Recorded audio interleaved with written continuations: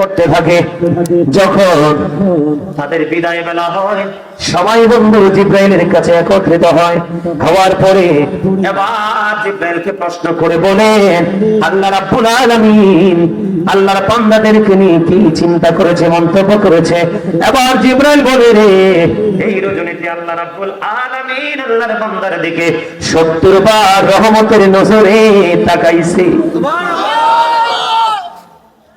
মুসাফা হয়েছে লাইলাতুল কদরের রাত্রিতে। আপনি কেমন করে বুঝবেন ফেরেশতারা, রহমতের ফেরেশতারা আপনার সাথে মুসাফা করেছে? এটা আপনি কেমন করে বুঝবেন? এটা বোঝার উপায় হলো রাসূল আপনাকে আমাকে বুঝিয়ে দিয়েছে।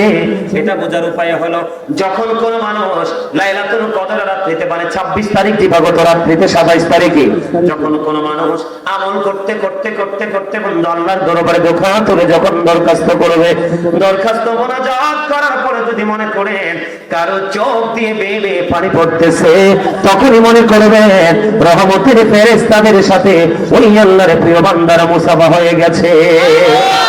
জোরে জোরে সুবহানাল্লাহ। বন্ধুরে আমার, হযরতে ওমরের পুত্র উবাইদ তিনি কি করলেন? কদরের রাত্রিতে জলযানে ভ্রমণ করতেছেন সমুদ্র। হঠাৎ করে ওনার মুখের মধ্যে একটা ফোঁটা নদীর পানি পড়লো। পানি পড়ার পরে উনি বুঝতে পারলেন যে পানিটা অত্যন্ত মিষ্টি, বেশি ভেরি সুইট। এবার তিনি চিন্তায় পড়ে গেল। তিনি চিন্তায় পড়ে গেল, এই পানি কেন রে আজকে রাত্রিতে নদীর পানি কেন মিষ্টি মনে হলো? এই কথা বলার পরে তিনি ধীরে ধীরে ধীরে ধীরে বন্ধু কুলে চলে গেলেন, ওই সমুদ্রের পারে চলে গেলেন। সমুদ্রের পারে যাওয়ার পরে বন্ধু চাইয়া দেখলেন গাছপালা গুলো পর্যন্ত সেজদায় পড়ে আছে। কেন রে আজকে নদীর পানি আমার মুখে মিষ্টি মনে হলো? এবং কেন রে গাছপালা পর্যন্ত তারা কি করতেছে? সেজদায় পড়ে আছে। কেন রে, কেন রে? বন্ধু তল্লাশি করে দেখলেন এই সেজদায় পড়ে থাকার কারণ, মানে বন্ধু পানি মিষ্টি লাগার কারণ হলো এটা লাইলাতুল কদরের রাত, এই কারণে। কিন্তু বন্ধু মনে রাখবা, এই লাইলাতুল কদরে মা বাবার অবাধ্য সন্তানকে আল্লাহ ক্ষমা করবে না। কোন জাদুঘরকে আল্লাহ ক্ষমা করবে না, কোন শোধকে আল্লাহ ক্ষমা করবে না, কোন পরের হক নষ্টকারীকে আল্লাহ ক্ষমা করবে না। বলে ভয়ঙ্কর সমাজের মধ্যে দুইটা জিনিস বড় ভয়ঙ্কর রূপে রূপান্তরিত হয়েছে। একটা হলো সুদ, আর একটা হলো পিতা মাতার অবাধ্য হওয়া। ঠিক তো সবাই বলেন নাই, রাগ করছে? হ্যাঁ, আল্লাহ বলছে আবিল ওয়ালিদাইনি ইহসানা, মা বাবাকে ভালোবাসো। মরার পরে ভালোবাসতে পারবা, জিন্দা থাকলেও ভালোবাসতে পারবা। মরার পরে ভালোবাসা হলে মা বাবার জন্য দান সদকা করো, মিলাদ করো, মসজিদে দান করো, মাহফিলে দান করো, মাহফিলে উপস্থিত হও। আর মরার পরে জীবিত থাকলে তো খাওয়াইবেন, পড়াইবেন, যা চাই তা দিবেন সাধ্যের মধ্যে। ঠিক কিনা বলেন? আর জানে রাসূল বললেন হতভাগা সে, হতভাগা সে। কে গো নবী সেই হতভাগা? নবী বললেন যাদের পিতামাতা দুইজন আছে অথবা একজন আছে, তাদেরকে ভালোবেসে যদি জান্নাতি হতে না পারে, তার মতো হতভাগার কেউ হতে পারে না। এ বল্লাগীর যুবক, আমি তোমাদেরকে বলি রে, বাবা যদি টাকা চায় তুমি বিরক্ত হইও না। যদি উল্টা পথে খরচ করে তাহলে তুমি বাবাকে বোঝাবা। তার কারণ হলো একজন এসে নবীজিকে প্রশ্ন করলেন, ইয়া রাসূলুল্লাহ, আমার বাবা আমার সম্পত্তি নিজের মতো করে খরচ করতে চায়। এবার আমার রাসূল বললেন, তোমার সম্পত্তি না শুধু রে, তুমি নিজেও তোমার বাবার সম্পদ। জবাব ভাইরা, তোমরা বুঝতে পারছো নি? কথা বলে না কেন? বুঝতে পারছো নি? আমি তোমাদেরকে বলি যুবক, আমার নবী যখন মেরাজে গেলেন, মেরাজে যাওয়ার পরে জাহান্নামের দিকে নজর দিয়ে চায়া দেখলেন এক একটা মানুষ, এক একটা পেট, এক একটা মানুষের পেট এক একটা ঘরের মতো বড় বড়। জিবরাইলকে প্রশ্ন করলেন, ভাই জিবরাইল, এই ঘরের মতো বড় বড় পেট ওরা মানুষটা কে রে জিবরাইল? এবার জিবরাইল বললেন, ইয়া রাসূলুল্লাহ, এরা হলো দুনিয়ায় আপনার নামদারি সুদখোর উম্মত। এবার আমার রাসূল বললেন, এই বড় পেটের মধ্যে আমি নবী দেখতে পাই না, শুধু সাপ আর বিচ্ছু দেখা যায়। জোরে জোরে কন্যা নাউযুবিল্লাহ। বন্ধু, সুদ যারা খায়, সুদ যারা দেয়, মধ্যে যারা সাহায্য করে, সবার সমান অপরাধ। রাসূল জানিয়ে দিলেন সুদের 69টা স্তম্ভ। বন্ধুরে আমার, যেই ব্যক্তি সুদের মাধ্যমে 1 টাকা উপার্জন করলো, সেই যেন তার মায়ের সাথে 36 বার বন্ধু জিনা করলো। রাসূল বলেছেন লা তুকবালু সালাতুম বিগাইরি তুহুর ওয়ালা সাদাকাতুম মিন গুরুর, পবিত্রতা ছাড়া ইবাদত কবুল হয় না, হালাল টাকা না হইলে দানও কবুল হয় না। আর আপনাদেরকে আমাকে সচেতন থাকতে হবে কি হবে না? কথা বলেন না কেন? এই ওয়াজটা একটুখানি করলাম। ও বন্ধু, রাসূল বলে দিয়েছেন এমন রোজাদার আমাদের মধ্যে অনেকেই আছে যারা দিনের বেলা শুধু সে উপাসী রইল, আর কিছু তার নসিবে জুটলো না। রাতের বেলা সে রাত্রি জাগ্রত করলো, এই রাত্রি জাগরণটাই শুধু তার নসিবে জুটলো, দিনে এবং রাতে এক্সট্রা কোনো নিয়ামত তার নসিবে জুটলো না। কারণ কি? সে গালাগালি করেছে, বকাবকি করেছে, সুদ খেয়েছে, পরের হক নষ্ট করেছে, সে কখনোই রোজাদার হতে পারে না। আমি আপনাদেরকে বলে দিই, কেউ যদি রমজান মাসে আপনাকে বকা দেয়, আপনি বলবেন আমি রোজাদার। কেউ যদি আপনাকে বলে, আপনাকে বকা দেয়, আপনি একটাই বলবেন আমি রোজাদার, আমি রোজাদার, আমি রোজাদার। বাকি কাজ বন্ধু আল্লাহর। ঠিক কিনা বলেন? বলেন। আপনারা জানেন কি জানেন কিনা জানি না, রাসূল বলে দিয়েছে আমাদের জন্য কত বড় নিয়ামত। রাসূল বলেছেন ইদা জাআ রমাদান ফাতিহাত আবওয়াবুল জান্নাহ ওয়া গুল্লিকাত আবওয়াবুন নার সুফিনাতিশ শায়াতিন। আমার রাসূল বলে দিয়েছেন যখন রমজান আগমন করে জান্নাতের দরজাগুলো খুলে দেওয়া হয়, জাহান্নামের দরজাগুলো বন্ধ করে দেওয়া হয়, শয়তানকে বন্দী করে দেওয়া হয়। কারণ আমরা বন্ধু 12 মাসে আমল করতে পারি না শুধু শয়তানের কারণে। কারণ এই শয়তান আমাদের প্রকাশ্য শত্রু, কিন্তু প্রকৃত মুমিন যারা, তাদের সম্পর্কে আমার আল্লাহ বলেছেন ইন্না কাইদা শাইতানি কানা দাঈফা। আমার আল্লাহ বলেছেন শয়তান ডিসেপশন ইজ ভেরি উইক। জোরে জোরে বলুন আলহামদুলিল্লাহ। যখন রমজান আগমন করে জান্নাতের দরজা খুলে দেওয়া হয়, জাহান্নামের দরজা বন্ধ করে দেওয়া হয়, শয়তানকে বন্দী করে দেওয়া হয়। যদি আপনি সব ধরনের অপরাধ বাদ দিয়ে বন্ধু সুন্দর করে রোজাটা রাখতে পারেন, আপনার জন্য স্পেশাল নিয়ামত হলো, রাসূল বলেছেন জান্নাতের একটা গেট আছে, সেই গেটের নাম হলো বন্ধু রাইয়ান। ওই কাল হাসরের দিন রোজাদাররা রাইয়ান নামক জান্নাতের গেট দিয়ে বন্ধু প্রবেশ করবে। রোজাদাররা ঢোকার পরে গেটটা ব্লক করে দেওয়া হবে। সুবহানাল্লাহ। বেশি বেশি করে দান করবেন। একটা কোরআন খতম পড়ালে 700 কোরআন খতমের সওয়াব পাবেন, একটা মিলাদ পড়ালে রমজানের উসিলায় 700 মিলাদের সওয়াব পাবেন। বন্ধু, আপনাদেরকে আমি বলে দিতে চাই, রমজান মাসে তারাবি কয় রাকাত পড়বেন?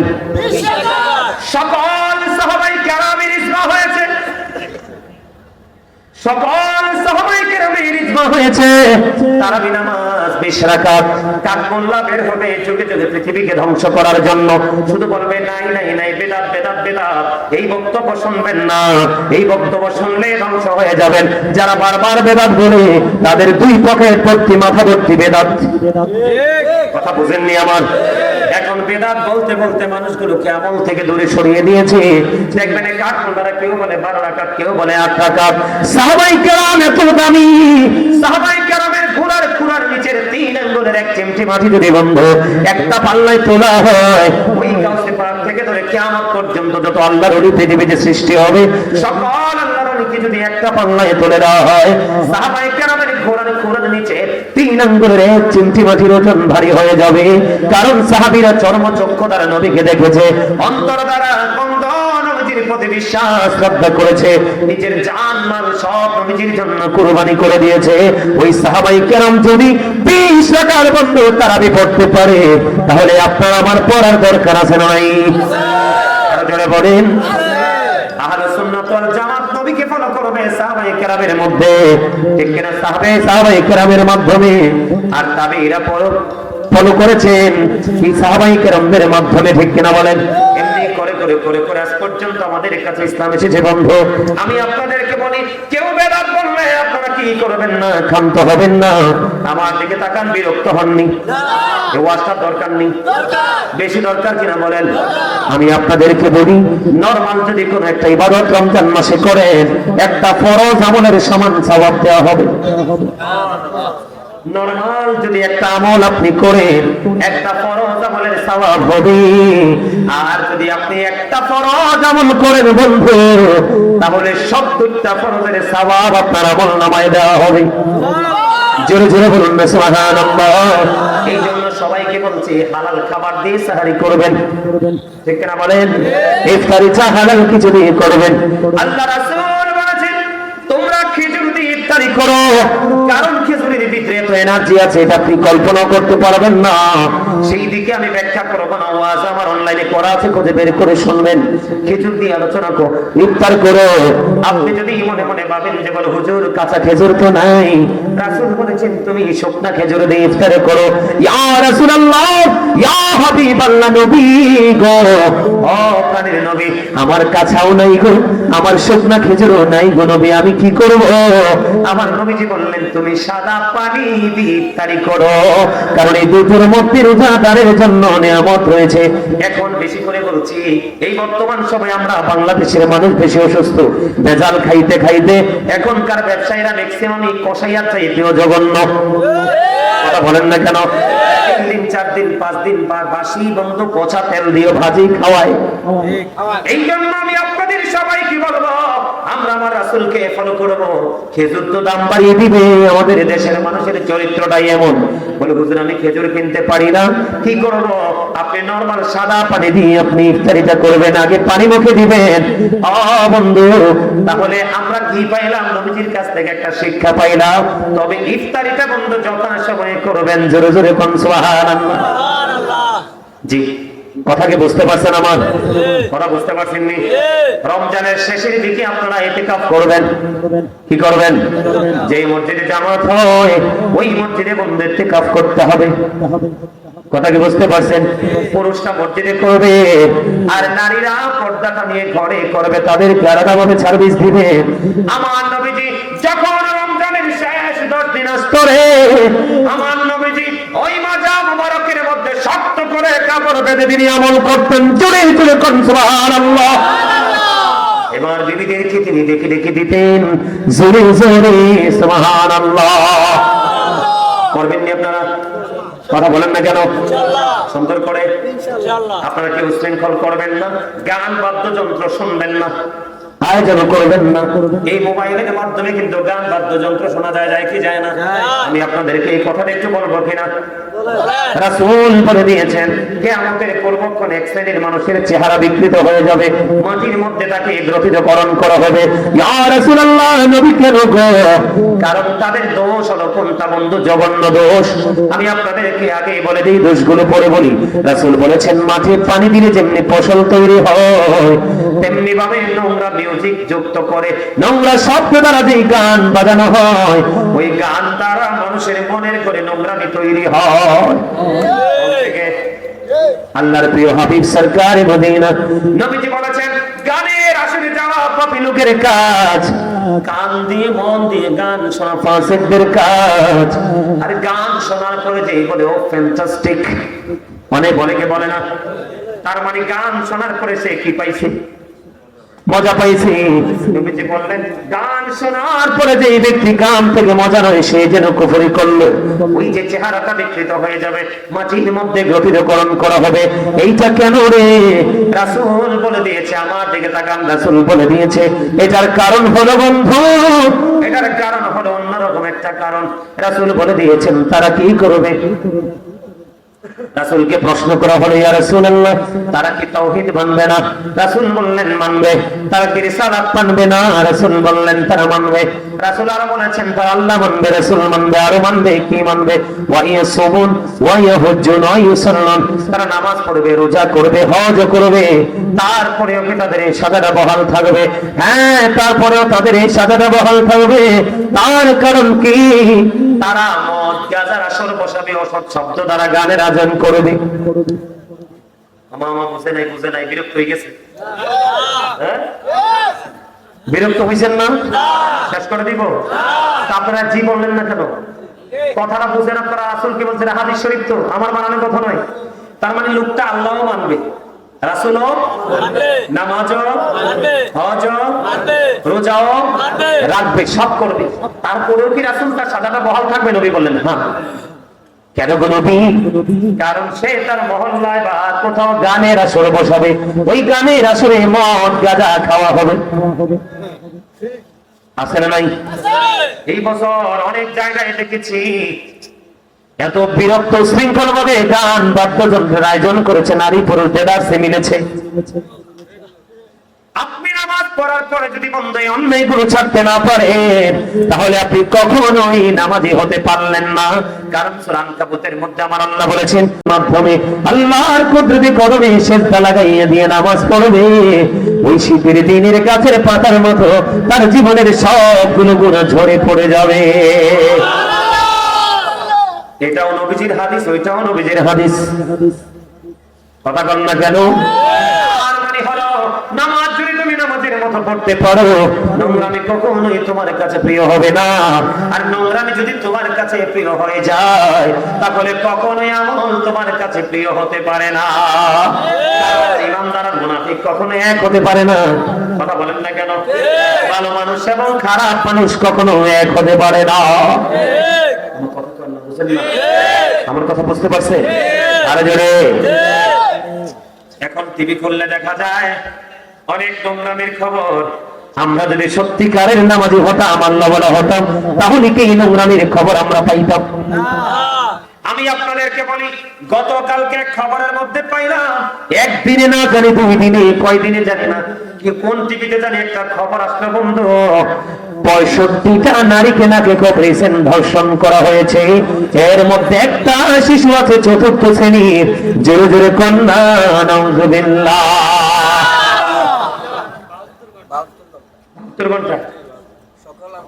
65টা নারীকে ধর্ষণ করা হয়েছে। এই ধর্ষকরা কি কোনো মায়ের উদর থেকে আসে নাই? কথা বলেন না কেন? একজন প্রফেসর, একজন ডক্টর, তিনি বন্ধু ফেসবুকে একটা পোস্ট করেছিল। আমার একজন ছাত্র আমাকে দেখিয়েছে, হুজুর একজন লেকচারার 100% এডুকেটেড পারসন একজন এই পোস্টটা করেছে, দেখেন।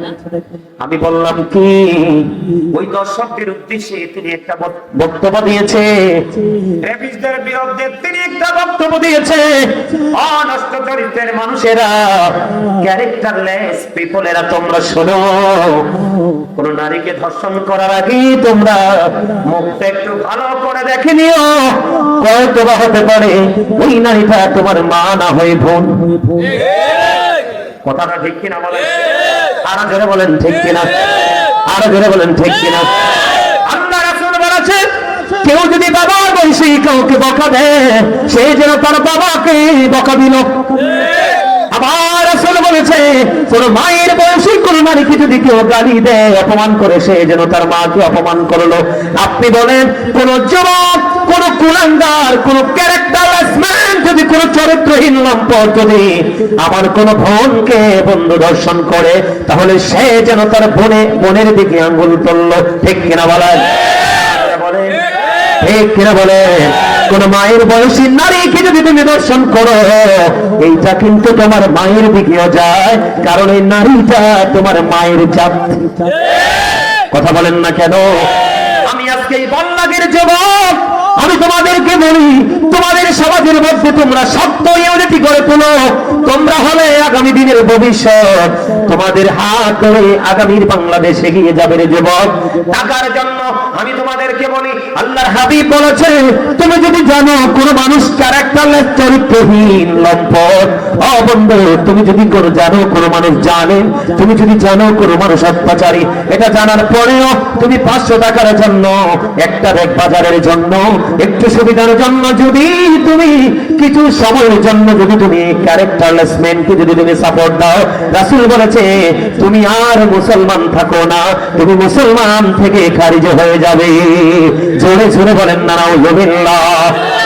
আমি আপনাদেরকে বলি, আজকের বাংলাদেশে যে রেপিস্টটা প্রকাশিত হয়েছে, বন্ধু চরিত্রহীন লম্পটেরা প্রকাশিত হয়েছে, তাদের কেউ না কেউ লিড দিচ্ছে। তোমার কথা বলেন না কেন? কেউ না কেউ তাদেরকে মদত দিচ্ছে। মনে রাখবেন, চুরি করার পরে মাল যদি লুকানোর জায়গা না থাকে, চোর চুরি করবে না। তার মানে অন্যায় করার পরে যদি প্রশ্রয় না পায়, সে কোনোদিন অপরাধ করবে না। আমার কথা ঠিক আছে নি?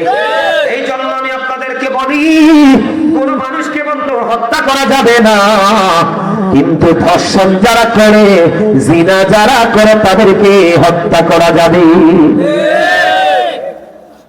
কোন মানুষকে খুন করার বৈধতা নাই। আমরা মুসলিম কান্ট্রিতে বসবাস করে, ঠিক কিনা বলেন? আমার নবীজি বলেছে এই দেশে কোনো বেঈমানকে যদি হত্যা করা হয় সেই যেন গোটা জাতিকে হত্যা করলো। তাহলে খুনটা অত্যন্ত সেনসিটিভ একটা বিষয়, ঠিক কিনা? রাসূল বলেছে হত্যা করা যায় না, কিন্তু বন্ধু জিনা করনেওয়ালা অসভ্য চরিত্রহীন লম্পটদেরকে হত্যা করা যাবে। কিন্তু আমাদের বাংলাদেশের আইনের খবর আমি জানি না কেমন করে ধর্ষকরা জামিনে ছাড়া পায়। লজ্জা লাগে বন্ধু এগুলো শুনলে। আপনি মনে করেন না ঢাকায় হয়েছে, কুমিল্লা হইতে দেরি নাই। আমাদের কুমিল্লায় তরু হত্যা হয়েছে কিনা? ক্যান্টনমেন্ট এলাকায় তার চুলগুলো পর্যন্ত দর্শকরা ছিঁড়ে ছিঁড়ে তুলে নিয়েছে। এত নিশ্চয় কেমন করে হয়? ও বন্ধু ফেরি সোনাগাজীতে নুসরাতকে কেমন নির্মমভাবে বন্ধু ঝলসে দিয়েছে ওই ধর্ষকেরা। এটা হোক টিচার, হোক ডাক্তার, হোক এমপি, হোক মন্ত্রী, সবাই সম্মিলিতভাবে এই ধর্ষককে বন্ধু প্রতিরোধ করতে হবে, অন্যথায় ওই ব্যক্তির মতো হবে আপনার আমার অবস্থা। আমার আল্লাহ জিবরাইলকে বললেন, জিবরাইল যাও যাও অমুক অমুক শহর উল্টে দাও, ধ্বংস করে দাও। জিবরাইল আল্লাহর অর্ডার নিয়ে চলে গেলেন। যাওয়ার পরে দেখলেন এখানে এমন একজন আল্লাহওয়ালা লোক যিনি এক মুহূর্তের জন্য আল্লাহর নাফরমানি করে নাই। জিবরাইল ওখানে গিয়ে ডাক দিলেন, আল্লাহ গো এখানে তোমার এমন একজন প্রিয় বান্দা আমি পেয়েছি গো, সে জীবন একটা মুহূর্তের জন্য কি করে নাই, তোমার নাফরমানি করে নাই, আমি কি তাকে সহ হত্যা করে দেব? আমার আল্লাহ বললেন হ্যাঁ, তাকে তো ধ্বংস করে দাও। আল্লাহ কেন গো? ও মালিক সেই তো তোমার গোলাম। আমার আল্লাহ ডেকে ডেকে বলে, জিবরাইল জিবরাইল রে, সে আমল করেছে ঠিকই, কিন্তু তার সামনে অনেক অন্যায় হয়েছে, অপরাধ হয়েছে, সে কোনোদিন অন্যায়ের প্রতিবাদ করে নাই, এই জন্য তার বেঁচে থেকে কোনো লাভ নাই। ওই জালেমদের সাথে তাকে পর্যন্ত ধ্বংস করে দাও। এই জন্য বন্ধু বলে, হুজুর আমার সমাজে যিনি অন্যায় করে তিনি তো ধনী লোক। আমার আল্লাহ রাসূল শিখিয়ে দিয়েছে, তোমাকে অপশন দিয়ে দিয়েছে, তুমি টাকা দিয়ে জালেমের মোকাবেলা করো, তুমি যদি এটা দিয়ে না পারো লাঠি দিয়ে মোকাবেলা করো। ও বন্ধু সম্মিলিতভাবে করো, কোনোভাবেই তুমি তাকে প্রতিহত করতে পারো না। নবীজি বললেন তুমি তাকে দেখলেই তুমি থুতু নিক্ষেপ করো। কি করো? থুতু নিক্ষেপ করো। আল্লাহকে দেখে বলো, আল্লাহ এই জালিমকে আমরা দমাতে পারবো না, তুমি দমিয়ে দাও। আমার আল্লাহ বলবে কুন ফায়াকুন, সঙ্গে সঙ্গে ফিনিশ। বুঝতে পারছেন নি? কিন্তু এড়িয়ে যাওয়া যাবে না, তার সাথে বন্ধু কোনো প্রেমের বন্ধন তৈরি করা যাবে না। কি বিরক্ত হয়ে গেছে নাকি? খবরগুলো ভালো লাগে? আর ধরে বলেন ভালো লাগে কিনা? বন্ধু আমার দিকে তাকান। বাংলাদেশে দুইটা নোংরা কাজ বেশি প্রচলিত হয়, একটা হলো বন্ধু চিনা, আরেকটা হলো বলৎকার। কথা বলেন না কেন? আর জোরে বলেন না কেন? সমকামিতা আছে না নাই? কথা বলেন না কেন? লজ্জাস্থানের পিছনের দিক থেকে লজ্জাস্থান যৌন চাহিদা মেটানো, এটাই বন্ধু। এটা তো ছিল লূত আলাইহিস সালামের জামানায়, এটা তো আখির নবীর জামানায় আসার কথা না। আল্লামা ইবনে হাজার আসকালানী হাসান ইবনে জাকওয়ান থেকে তিনি বর্ণনা করেছে, তোমরা ধনীদের সন্তানের সাথে মেলামেশা করিও না। কি করিও না? কথা বলে না। ওমা আপনারা কি আমার কথা বুঝেন না? আমি ছেড়ে দিচ্ছি, বিরক্ত হইন না, এখনই ছেড়ে দিচ্ছি। আমার বন্ধু তিনি বলেছেন তোমরা ধনীদের সন্তানের সাথে ওঠা বসা মেলামেশা করিও না। ধনীদের সন্তানের সাথে তোমরা কি করিও না? কমিউনিকেশন রেখো না। কেন গো? কেন গো? ও বন্ধু নারীরা যেমন ফিতনা, ও বন্ধু ঠিক মহিলাদের মতো ফিতনা হলো সমাজে ধনীদের সন্তান। কথা বুঝেন না কেন? কথা বুঝতেন নি? কারণ the man is rich but characterless. লোকটা ধনী কিন্তু চরিত্রহীন। বুঝে নেবেন option. The man is poor but honest. কোনটা নেবেন? লোকটা গরিব কিন্তু সৎ। Honesty is the best policy. সততাই সর্বোত্তম পন্থা। যুগে যুগে যুগে যুগে যত নবী রাসূল এসেছে, সকল নবী রাসূলের জামানায় গরিবরাই নবীদের প্রতিবেশী শ্রদ্ধা বিশ্বাস ঈমান এনেছে আগে। এই জন্য আমার নবী যখন জান্নাতে যাবে রে, বিশাল একটা দল সর্বপ্রথম আমার নবীর সাথে জান্নাতে ঢুকবে। এইটা হলো পৃথিবীর গরিব মানুষের দল। কারণ কি জানেননি, are not always happy, ধনীরা সব সময় সুখী নয়, the poor are born to suffer, গরিবরা জন্ম গ্রহণ করেছে দুঃখ ভোগের জন্য। আপনার সমাজ বলেন, আমার সমাজ বলেন, ও বন্ধু, যে কোনো জেলা বলেন, যে কোনো ইউনিয়ন বলেন, আপনার গরিবরা যত সাফার করছে, যত যন্ত্রণা ভোগ করছে, সবগুলো কিন্তু সমাজের ধনী লোকের কারণে।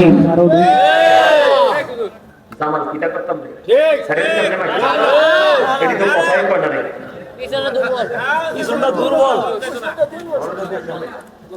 আমার কথা কি আপনারা বুঝেন? বুঝলে আওয়াজ দেন না কেন? বলে সাফারটা কেমন করে বলেন, গরিবের বাড়ির আঙ্গিনায় বেড়া কাটা ধনীদের কাজ, যেটা আল্লাহ দিয়ে গরিবের সম্পদ করে নিয়ে আসা ধনী লোকের কাজ, সুদের টাকা সমাজের মধ্যে ছড়িয়ে দেওয়া এটাও বড় লোকের কাজ। কথা বলেন না কেন? একজন এমপি হবে, একজন মন্ত্রী হবে, একজন এসপি হবে, একজন ডিসি হবে, এর মধ্যে একজন টেরর লাগবে, মানে সন্ত্রাস লাগবে, সন্ত্রাস লাগবে। এখন সন্ত্রাসীর কাজ হলো তার মন চাই শুধু জিনা করতে। আমি আপনাকে সব ধরনের সহযোগিতা করব, কিন্তু আমাকে সুযোগ করে দিবে ওই মেয়েটাকে আমি পছন্দ করি, তার সাথে আমি অবৈধ সম্পর্ক করব।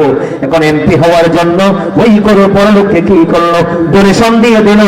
গরিব তো মুখ চক্ষু লজ্জায় সমাজে বাঁচতে পারবে না, মুখটাও দেখায় না, আত্মহত্যা করে মারা যায়, ঠিক কিনা বলায়? কার কারণে?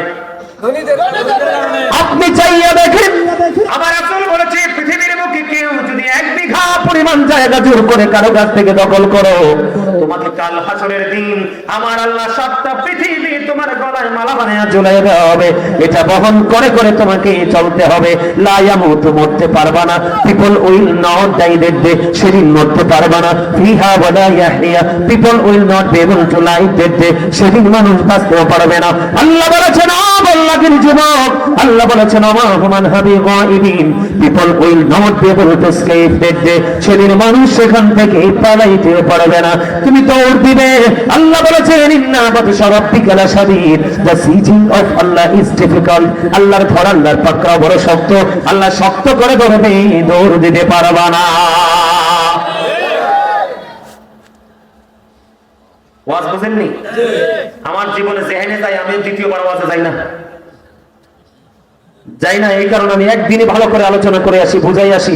এই ওয়াজ যদি বুদ্ধিমান হয় চিরজীবন স্মরণ রাখবে, আর স্টুপিড হলে কোনো লাভ নেই।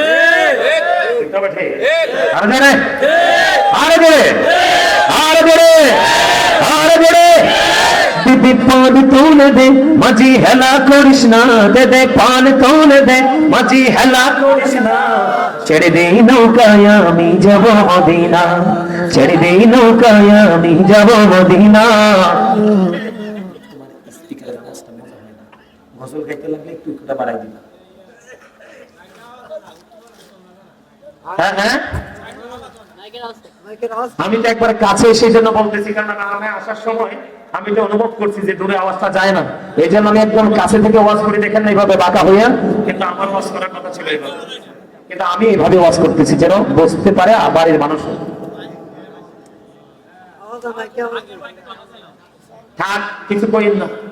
এখন যদি কিছু কন, কমিটি তার হাতিয়ে কম দিব। এটা তার দোষ না তো, আপনার ঠান্ডা মাথায় কথা বুঝে, এটা দোষ হচ্ছে কর্তৃপক্ষের। এই আমার দিকে তাকান, আমি 5 পাস করছি, আমি কথা বলবো 5 পাস হওয়ার মতো। এটা কি এক দোষ? মেশিনের পাওয়ার এইটুকু, মেশিনের পাওয়ার এইটুকু, এটা হে বানাই দিবি কোথা থেকে? সেইগুলো বোঝাবই আনছে, আপনি তো তারে দোষ দিলে হবে না। কিরে ভাই, ভুল কইছি আমি? মেশিন যতটুকু পাওয়ার আছে সে ততটুকু সার্ভিস দেবে। এখন আপনাকে মেইন করতে হবে কোনটা, যে কোনটা অনেক বেশি সাউন্ড দিবে। আমার তো সাউন্ড মামুনদের কাছে পৌঁছাইতে হবে। এখন এটা মাইকটা পাওয়ার, এমন এটা তার দোষ না। সাইন আমার এত কথা শোনার পরে খাওয়া দিয়ে কম দিয়েন না, 10 টাকা বাড়াই দিন। আলহামদুলিল্লাহ বলেন, আরো জোরে, আরো জোরে। তাহলে বড় লোকের সন্তান কি? বড় লোকের সন্তান নারীদের মতো ফেতনা। আপনি বড় লোক কিন্তু জাতকুলের ভয় করে না, টাকা দিয়ে ধামা চাপা দেয়। আমার কথা কয় না, আমি বিরক্ত হয়ে যাচ্ছি। কথা বলেন না কেন? মোটামুটি 25% আসছে, 100% হইতে বাবা কি কর আপনি বলে সবার মামু। আজকে আমার হইলাইতে গাড়ি বই বই আসতে আসতে শেষ করছে, সবার মামু হয়ে দেয়। তাই আসলে হাসিটা মামুর মতোই নিছে। কথা বোঝেন না আপনারা কি? আমার কথা আবার বলছি, বিরক্ত হন। আর এগুলো তো আপনার জেনে রাখা দরকার। এগুলো না জানলে আপনি বুঝবেন কি করে? আমাকে তো আপনারা আনছেন এই বোঝানোর জন্য। আমি কিন্তু টাইম পাস করে চলে যেতে পারতাম। দেখেন 2 ঘন্টা উপরে হয়ে গেছে, তারপর আমি নামতেছি না। আমি আপনাদেরকে বুঝাইতে চাই, এই বিষয়টা একটু বুঝাই, আপনারা একটু খেয়াল করেন। তোমরা বড় লোকের সন্তানের সাথে মেলামেশা করো না। তারা হলো সমাজের পেট্টা, জাতির জন্য পেট্টা, তারা হলো কলঙ্ক। তবে সব বড় লোক এক নয়, হাজারের মধ্যে 2-4টা ভালো আছে। কথা বলেন না কেন? এটাকে আপনার মন করা কথা না। না না, রাসূল বলেছেন পৃথিবীর মানুষ। আব্দুল্লাহ ইবনে মাসউদ রাদিয়াল্লাহু তাআলা আনহু থেকে হাদিস বর্ণিত, রাসূল বলেছেন পৃথিবীর মানুষ, তোমরা পৃথিবীতে 2 শ্রেণীর মানুষের সাথে কম্পিটিশন করো হুজুর। ওই মানুষগুলোকে আমার রাসূল বলেছেন, এক শ্রেণীর মানুষ হলো পৃথিবীর বুকে যে সুশিক্ষায় শিক্ষিত মানুষ আছে, যার শিক্ষার ছোঁয়া লাগলে সমাজ থেকে অন্ধকার দূর হয়ে যায়, ওই সমস্ত শিক্ষিত মানুষের সাথে কম্পিটিশন করো। তোমাদের সমাজের মধ্যে অনেক অনেস্ট মেন আছে, বড় লোক ধনী লোক রিচ মেন আছে, অনেক দৌলতের মালিক, সীতার দৌলত নষ্ট কাজে ব্যয় করে না। আল্লাহর গোলামিতে নিয়োজিত, যেমন মাহফিলে, মসজিদে, মাদ্রাসায়, এতিম, রাস্তাঘাট, জনগণের স্বার্থে এসে খরচ করে, ওই সমস্ত ধনী লোকের সাথে কম্পিটিশন করো। এখন 2টার একটার ধারে কাছেও আমরা নাই। আমরা আছি একটা বাড়ি, ওই 1 তলা, একটা হবে 5 তলা। আমরা কি মুমিন হতে পারছি? হাজারে বলেন পারছি? তাহলে আপনার সন্তানকে 3টা জায়গা সমান করে দিবেন। কয়টা জায়গা? তখন আপনার ছেলে জিনা যারা করছে, কারো না কারো ছেলে, কথা বলেন না কেন? যারা ধর্ষণ করতেছে, রেপিস্ট যারা, তারা কারো না কারো সন্তান, কিরা বলেন? এটার জন্য আপনাকে পারিবারিক শিক্ষা দিতে হবে। 3টা জায়গা দিতে হবে। কয়টা? একটা হলো পারিবারিক শিক্ষা, আরেকটা হলো সামাজিক শিক্ষা, আরেকটা হলো সে যখন বড় হতে থাকবে কোন মানুষের সাথে বন্ধুত্ব করে সেই নজর। 3টা জায়গা সমান করে দেন, আপনার সন্তান কোনোদিন লাইনচ্যুত হবে না। আমার দিকে দেখেন, বন্ধু, হযরতে সুফিয়ান সাউরি রাদিয়াল্লাহু তাআলা আনহু, তিনি গোসলখানায় ঢুকলেন। কোথায়? এরে, এটা কি রাগ হয়ে নিচে গেছে? এদিকে আসো। আলহামদুলিল্লাহ। সমাজের মধ্যে এরকম 2-1টা ফলাফল যদি থাকে, সমাজ কখনো নষ্ট হতে পারে না। বুঝেন নাই? শিয়ালির বাচ্চা 7টা, আর বাঘিনীর একটা। চোখ মিলে চাইলে শিয়ালির 7টা গর্ত না, গর্তের তলদেশে ঢুকে নেই পড়ায় একটা যুবকী সমাজকে একবারে পেইন করা যথেষ্ট। কথা বলে না কেন? আর সুফিয়ান সাউরি রাদিয়াল্লাহু তাআলা, আমি জিনা ব্যভিচার নিয়ে কথা বলতেছি, বলৎকার নিয়ে কথা বলতেছি। সুফিয়ান সাউরি রাদিয়াল্লাহু তাআলা তিনি গোসলখানায় ঢুকলেন।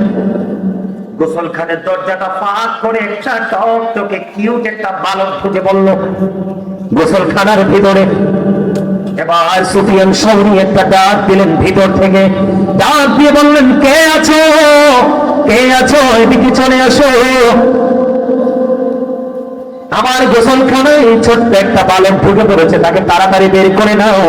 কারণ কি? কারণ কি? তার কারণ হলো আমাদের সমাজের মধ্যে অনেক কিউট ছেলে থাকে কিনা, ওই ছেলেকে, কিউট ছেলেটা 8 বছর, 10 বছর, 12 বছর, যত বছরই হোক, 6, 7, 8, 10, 12 বছর, এই বয়সে কখনো কোন প্রাপ্ত ছেলের সাথে আপনি নির্জনে যাইতে দিবেন না, ঠিক করতে পারবেন না। সুফিয়ান সাউরি রাদিয়াল্লাহু তাআলা আনহু বললেন, একটা মেয়ের সাথে থাকে একটা শয়তান। কয়টা?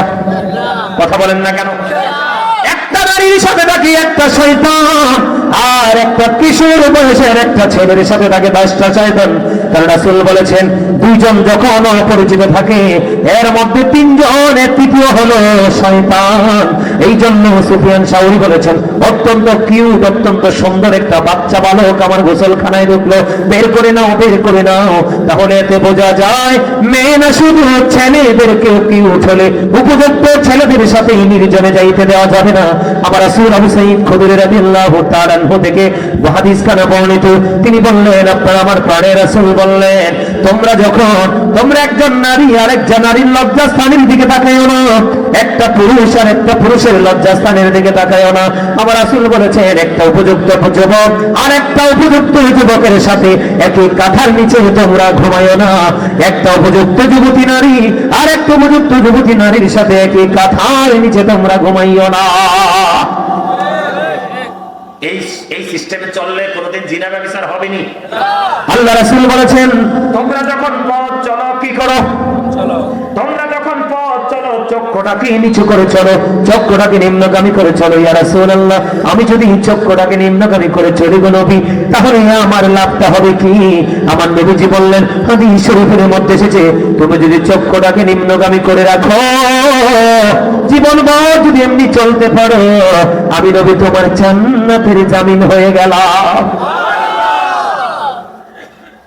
কারণ কি জানেননি? জিনাল আইনুন নাজরু, চোখের জিনা হলো দেখা। চোখের পাপ কি? কথা বলে না। চোখের পাপ কি? চোখের পাপ হলো দেখা। আপনি যদি চক্ষুটাকে নিচু করে রাখেন, নোংরা কোনো জিনিস চোখে পড়বে না। নোংরা কেন জিনিস যদি চোখে না পড়ে, মনের ঘরে কখনোই ময়লা জমবে না। ময়লা যদি না জমে, আপনাকে দিয়ে কোনোদিন কেউ পাপ করাতে পারবে না। আপনার আমার প্রাণের রাসূল বলে দিয়েছেন, বন্ধু আমার রাসূল বলেছেন, আমার দিকে তাকাও যুবক, আমার দিকে তোমরা তাকাও, সুবর্ণ সুযোগ তোমাদের সামনে আছে। আমি তোমাদেরকে বলছি রে যুবক, আমার রাসূল বলেছে, যেই ব্যক্তি দুই সোয়ালের মধ্যখান এবং দুই রানের মধ্যখানের দায়িত্ব নিতে পারবে, আমি নবী তার জান্নাতের দায়িত্ব নিয়ে নিব। কারণ মুখ দিয়ে মিশা কথা আসে, গীবত আসে, সকল পাপ হয় কি হয় না? আর লজ্জাস্থান দিয়ে জিনা হয়, ব্যভিচার হয়, বন্ধু সমকামিতা হয়। এই জন্য রাসূল বলেছেন, প্রত্যেকটা ব্যক্তি দুই ঠোঁটের মধ্যখান সমানের দায়িত্ব নাও, তোমার লজ্জাস্থানের দায়িত্ব নাও, আমি নবী তোমার জান্নাতের দায়িত্ব নিয়ে নিব। ওয়াজ বুঝছেন নি এবার? আরো জোরে। এখন আপনি মনে মনে ভাবতে পারেন, হুজুর গো, জীবন ভর তো অন্যায় করে ফেলেছি গো হুজুর, এখন আমি কি করব? আমার নবী বলেছেন, উম্মত, আমি তো তোমাদের নবী রাহমাতাল লিল আলামিন, মদিনার কামলিওয়ালা ইমামুল মুরসালিন, আমার উম্মতগুলোর জন্য স্পেসিফিক ভাবে ক্ষমার দরজা ওপেনিং করা আছে। ইয়া রাসূলুল্লাহ, কেমন করে? নবীজি বললেন, তুমি আল্লাহর কাছে তওবা করো, ক্ষমা চাও, তবে তওবাটা হইতে হবে তাওবাতান নাসুহা। আমার রাসূল বলেছেন, তওবা করে আল্লাহর কাছে ক্ষমা চাও। ক্ষমা চাইতে গিয়ে যদি তোমার চোখ থেকে মাছের মাথার সমপরিমাণ একটা ফোঁটা চোখের পানি যদি বের হয়ে আসে, তোমার জন্য জাহান্নামের আগুন হারাম হয়ে যাবে, জান্নাত তোমার জন্য বরাদ্দ হয়ে যাবে। এই কন্ডিশন মানতে পারলে লাভ হবে না? লাভ হবে, লস হবে। আমাদের দেশে এইডস রোগ আছে না? এইডস হয় কিনা? হয় না? এই এইডস রোগ ওই ব্যক্তিদের হবে যারা জিনা ব্যভিচারের শেষে লিপ্ত হবে। নাউজুবিল্লাহ বলেন না কেন? কারণ লূত আলাইহিস সালামের জামানায় ছিল, এটা আখির নবীর উম্মতের জামানায় থাকার কথা না। এটার জন্য বাবা মারও দোষ আছে। বাবা কথা কয় না? বাবা মার দোষ আছে না? আপনি তো বোকা কেন? আল্লাহ রাসূল বলছে, 7 বছরের বাচ্চাকে নামাজের জন্য তাগিদ দাও, 10 বছর হলে বিছানা আলাদা করে দাও। এখন 10 বছরে যদি বাচ্চার বিছানা আলাদা করতে হয়, তাহলে বোঝা যাবে এখানে কিছু একটা আছে। ঠিক কথা কয় না? এখন ফোলা মাস্টার্স করে, ফোলার বিয়ে করে। ঠিক? ছেলে মাস্টার্সে করে, ছেলের বিয়ে করে না। কি হয়েছে? সে তো গ্রাজুয়েশন করতেছে, তারপরে বিয়ে করাবে। এর মধ্যে তো অনেক নারী ইজ্জত নষ্ট করে ফেলবে। কথা বলেন না কেন? আপনি বোঝেন না কেন? আপনি না পুরুষ।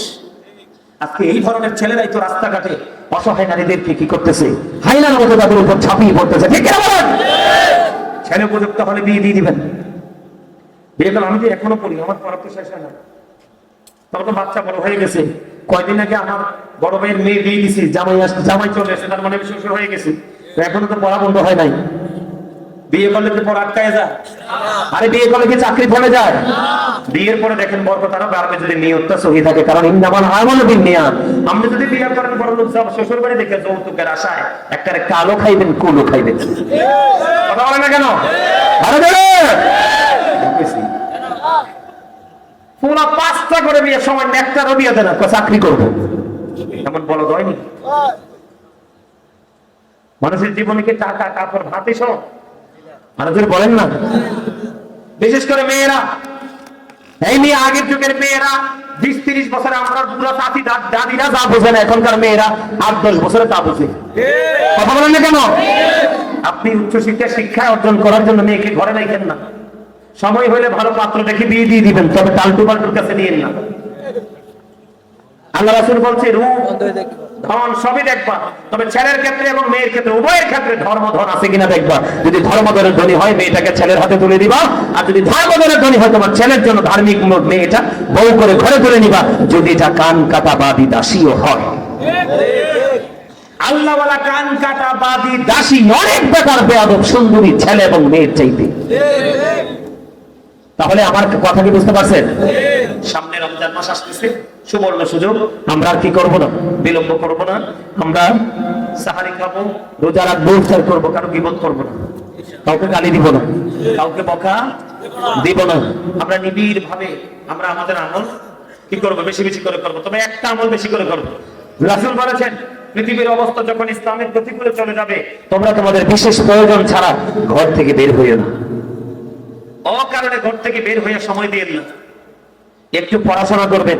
রাসূল বলেছেন কেউ যদি 1 ঘন্টা বা কিছু সময় পড়াশোনার মধ্যে, দিনের শিক্ষা অর্জনের মধ্যে নিজেকে নিয়োজিত রাখে, সেজন্য সারা রাত ইবাদতের মধ্যেই রইল। পাবো গো তোমায় এই তো মনে আশা। আল্লাহ আল্লাহ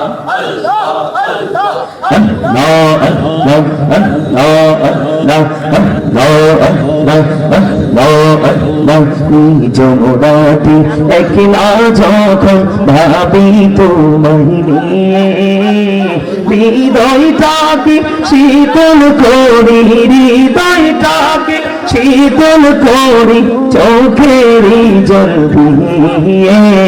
আল্লাহ আল্লাহ আল্লাহ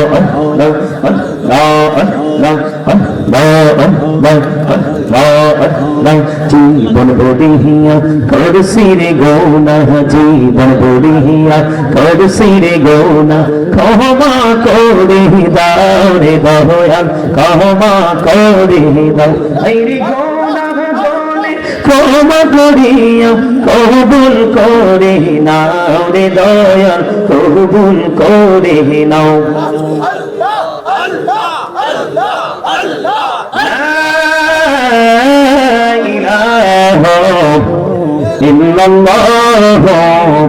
মুহাম্মাদুর রাসূলুল্লাহ সাল্লাল্লাহু আলাইহি ওয়াসাল্লাম।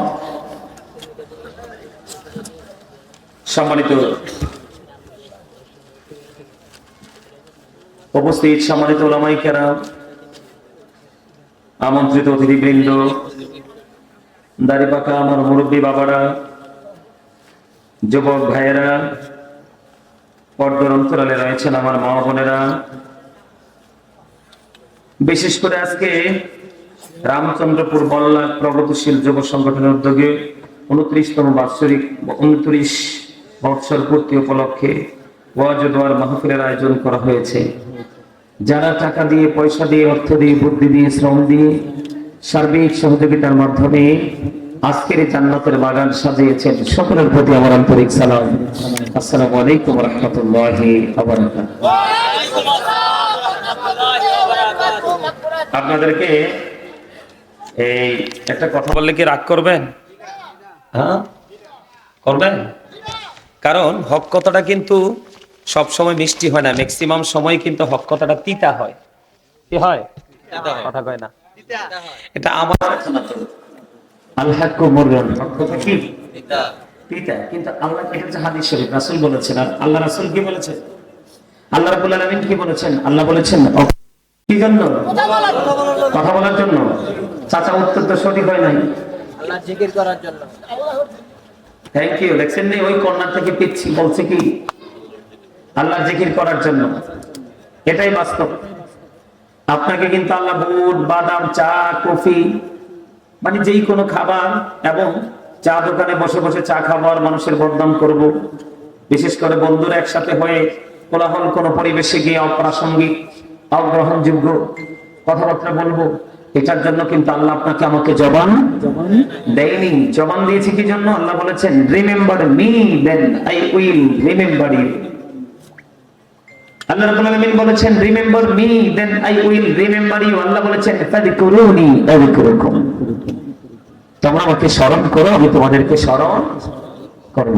জোরে জোরে পড়ো সুবহানাল্লাহ। আর জোরে। এরপরেও বুঝেন না কি করতে হবে? তবে কি হবে না? কি করার জন্য কি করতে হবে? জিকির করতে হবে, কারণ জিকির করা ফরজ। যারা জিকির করে তারা জিন্দা, যারা জিকির করে না তারা মুর্দা। মানে যারা জিকির করে তারা জীবিত, যারা জিকির করে না তারা মৃত। কেন? এই জায়গাটা নিয়ে একটু কথা বলি। কারণ মানুষের আসল কিন্তু তার এই দেহটা না, মানুষের আসল হলো তার আত্মাটা। কোনটা? আমাদেরকে দেখান কোনটা? মুমিন প্রত্যেকদিন দুই ধরনের খাবার সংগ্রহ করতে হয়। কয় ধরনের? দুই ধরনের। একটা হলো দেহের, যেটা নিজের ঘরে গেলে, বাড়িতে গেলে, রাস্তাঘাটে গেলে, যেখানে সেখানে গেলে আমরা কি পাই? খাবারটা পাই। এই খাবার থেকে কি আসে? দেহের শান্তি আসে, ঠিক কিনা বলেন? আরেকটা খাবার আছে রুহের। কিসের? রুহের। দেহেরটা কিন্তু দেখা যায়, হাতে নিচ্ছি, মুখে দিচ্ছি, চিবিয়ে খাচ্ছি, এটা কিন্তু দেখা যায়, কিন্তু রুহেরটা দেখা যায় না। দেহের খাবার কিন্তু পৃথিবীর যেই কোনো জায়গায় যান আপনি পাবেন, কিন্তু রুহের খাবার, রুহের মার্কেটিং, রুহের বাজার কিন্তু যেই কোনো জায়গায় পাওয়া যায়? যায়? কথা বলেন যায়? যায় না। আজকে আপনারা যে এখানে আসছেন এটা হচ্ছে রুহের মার্কেটিং করার জায়গা। কিসের জায়গা? আমি আপনাদেরকে বলি, ইবাদত খাবার খাইলে কি পেট ভরে না? শরীর শান্ত হয় না? খাবার, দুনিয়ার খাবার খাইলে শরীরে শান্তি আসে। আর রুহের খাবার যেটা মানে আমল, জিকির, এটা করলে প্রশান্তি আসে কোথায়? আত্মা। আপনি নামাজ পড়ার পরে যদি মনে করেন যে আমার আজকে শান্তি লাগছে, ভাল লাগছে, নামাজ পড়তে গেলেন, বের হওয়ার পরে যদি বুঝেন যে আমার নামাজ পড়ে শান্তি লাগছে, তাহলে মনে করবেন যে আপনার রুহের খোরাক আপনি দিতে পারছেন, আল্লাহর কাছে আমলটা কবুল হয়েছে। কেন বললাম? আমি কিন্তু জিকির, আপনারা অনলাইনে আমার জিকির দেখছেন কিনা জানি না, আপনারা কেউ আমার আলোচনা শুনছেন কিনা আমি সেটাও জানি না। আমার জীবনে ফার্স্ট এইদিকে আসা, এই রোডে আসা যাওয়া করছি, মেইন রোডে, কিন্তু এইদিকে আমি কখনোই আসি নাই। আজকে প্রথম আসছি। আসার পরে আমার কাছে মনে হয়েছে আপনারা একটু দুর্বল, ভেরি উইক। কিন্তু আপনারা দুর্বল হলে চলবে? আপনাদেরকে স্ট্রং হতে হবে, স্ট্রংলি কথা বলতে হবে। কি করতে হবে? এক্সপেরিয়েন্স ম্যান হিসেবে আপনাদেরকে প্রিপেয়ার করতে হবে, প্রস্তুত করতে হবে। কোন ক্ষেত্রে? ইমানদার হিসাবে আমরা আল্লাহকে চাই, চাই কি চাই না? এখন আল্লাহকে যদি চাই, আমাদেরকে নির্দিষ্ট একটা কন্ডিশনের মধ্য দিয়ে এগোতে হবে। আপনি আমি কিন্তু এলোমেলো ভাবে এগুলো কিন্তু আমরা কি করতে পারবো না, সফল হতে পারবো না। পারবো? আর জোরে বলেন পারবো? ওমা কথা বল না কেন? আমার সাথে রাগ করছেন? হুজুরদের সাথে রাগ করলে লস। এই বলবো নি কেমন লস? বলতাম হাদিসটা কি সাইয়ে সাইয়ে পড়তাম না সাইয়ে পড়তাম? সাইয়ে পড়তাম। সাইয়ে পড়ে আছে যেহেতু মোবাইল দিয়ে, সাইয়ে পড়লে একটু সওয়াব বেশি পাবো, যদিও এমতে সাইয়ে পড়া বেদাত। কিন্তু এই বেদাত ছাড়া উপায়? কথা কয় না কেন? এটা কি? এটা থেকে দেখে দেখে পড়া কি? কথা কয় না? বেদাত। কিন্তু এই বেদাত ছাড়া কি উপায় আছে? কথা কয় না? আমাদের ইসলামের অনেক কাজই আমরা করি নবীর প্রেমে পড়ে, কিন্তু মোল্লারা বেদাত ফতোয়া দেয়, কিন্তু এটা যে বড় বেদাত এটার কথা একবার কয় না। কারণ কথা কয় না কেন? বুঝেন নাই? একটু দেখে দেখে পড়ি, সওয়াব দাম একটু বেশি পাবো আপনাদেরকে বোঝানোর জন্য। ঠিক আছে? বলবো? আপনারা কি আমার সাথে মহব্বত করে আওয়াজ দিবেন নাকি মহব্বত ছাড়া আওয়াজ দিবেন? আমাদের দুরূদ আর জিকিরে তো মনে হয় না মহব্বত আছে বললা। হ্যাঁ, এই আমার আলোচনা শুনতে হলে শর্ত মানতে হবে। কি করতে হবে? শর্ত দিব। আর বেড়ে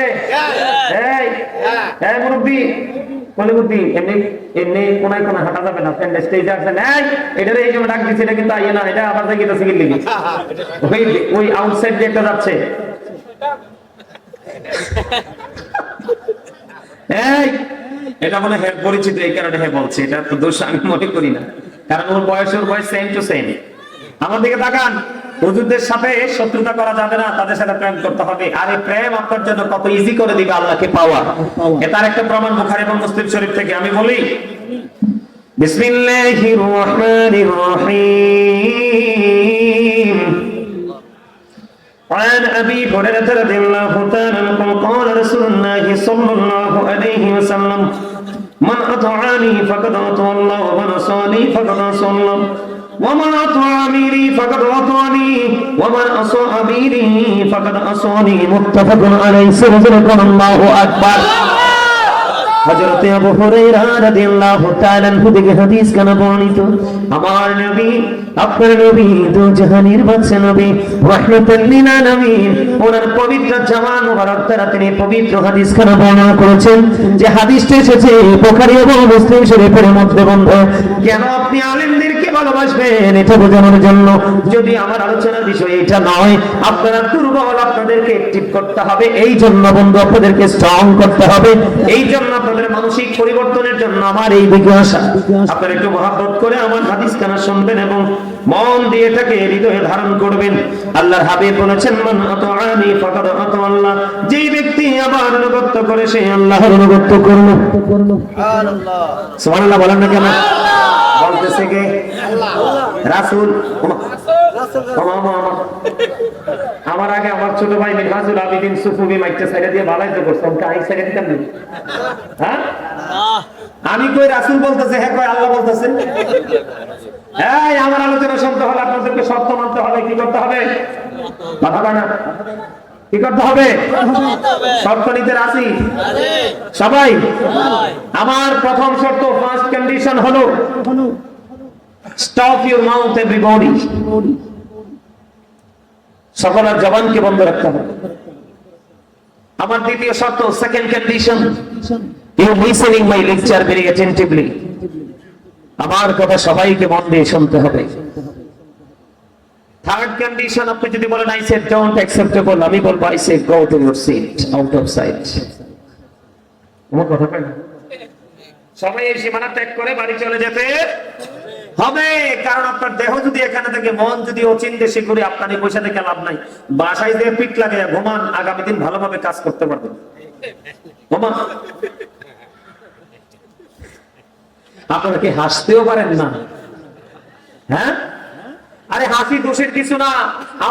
আপনার লাইফকে, আপনার জীবনকে সুন্দর রাখতে হলে, দেহকে সুন্দর রাখতে হলে, আল্লাহ রাসূল সুস্থ রাখার জন্য যতগুলো অপশন আমাদেরকে শিখিয়ে দিয়েছেন, এর মধ্যে একটা হলো হাসি।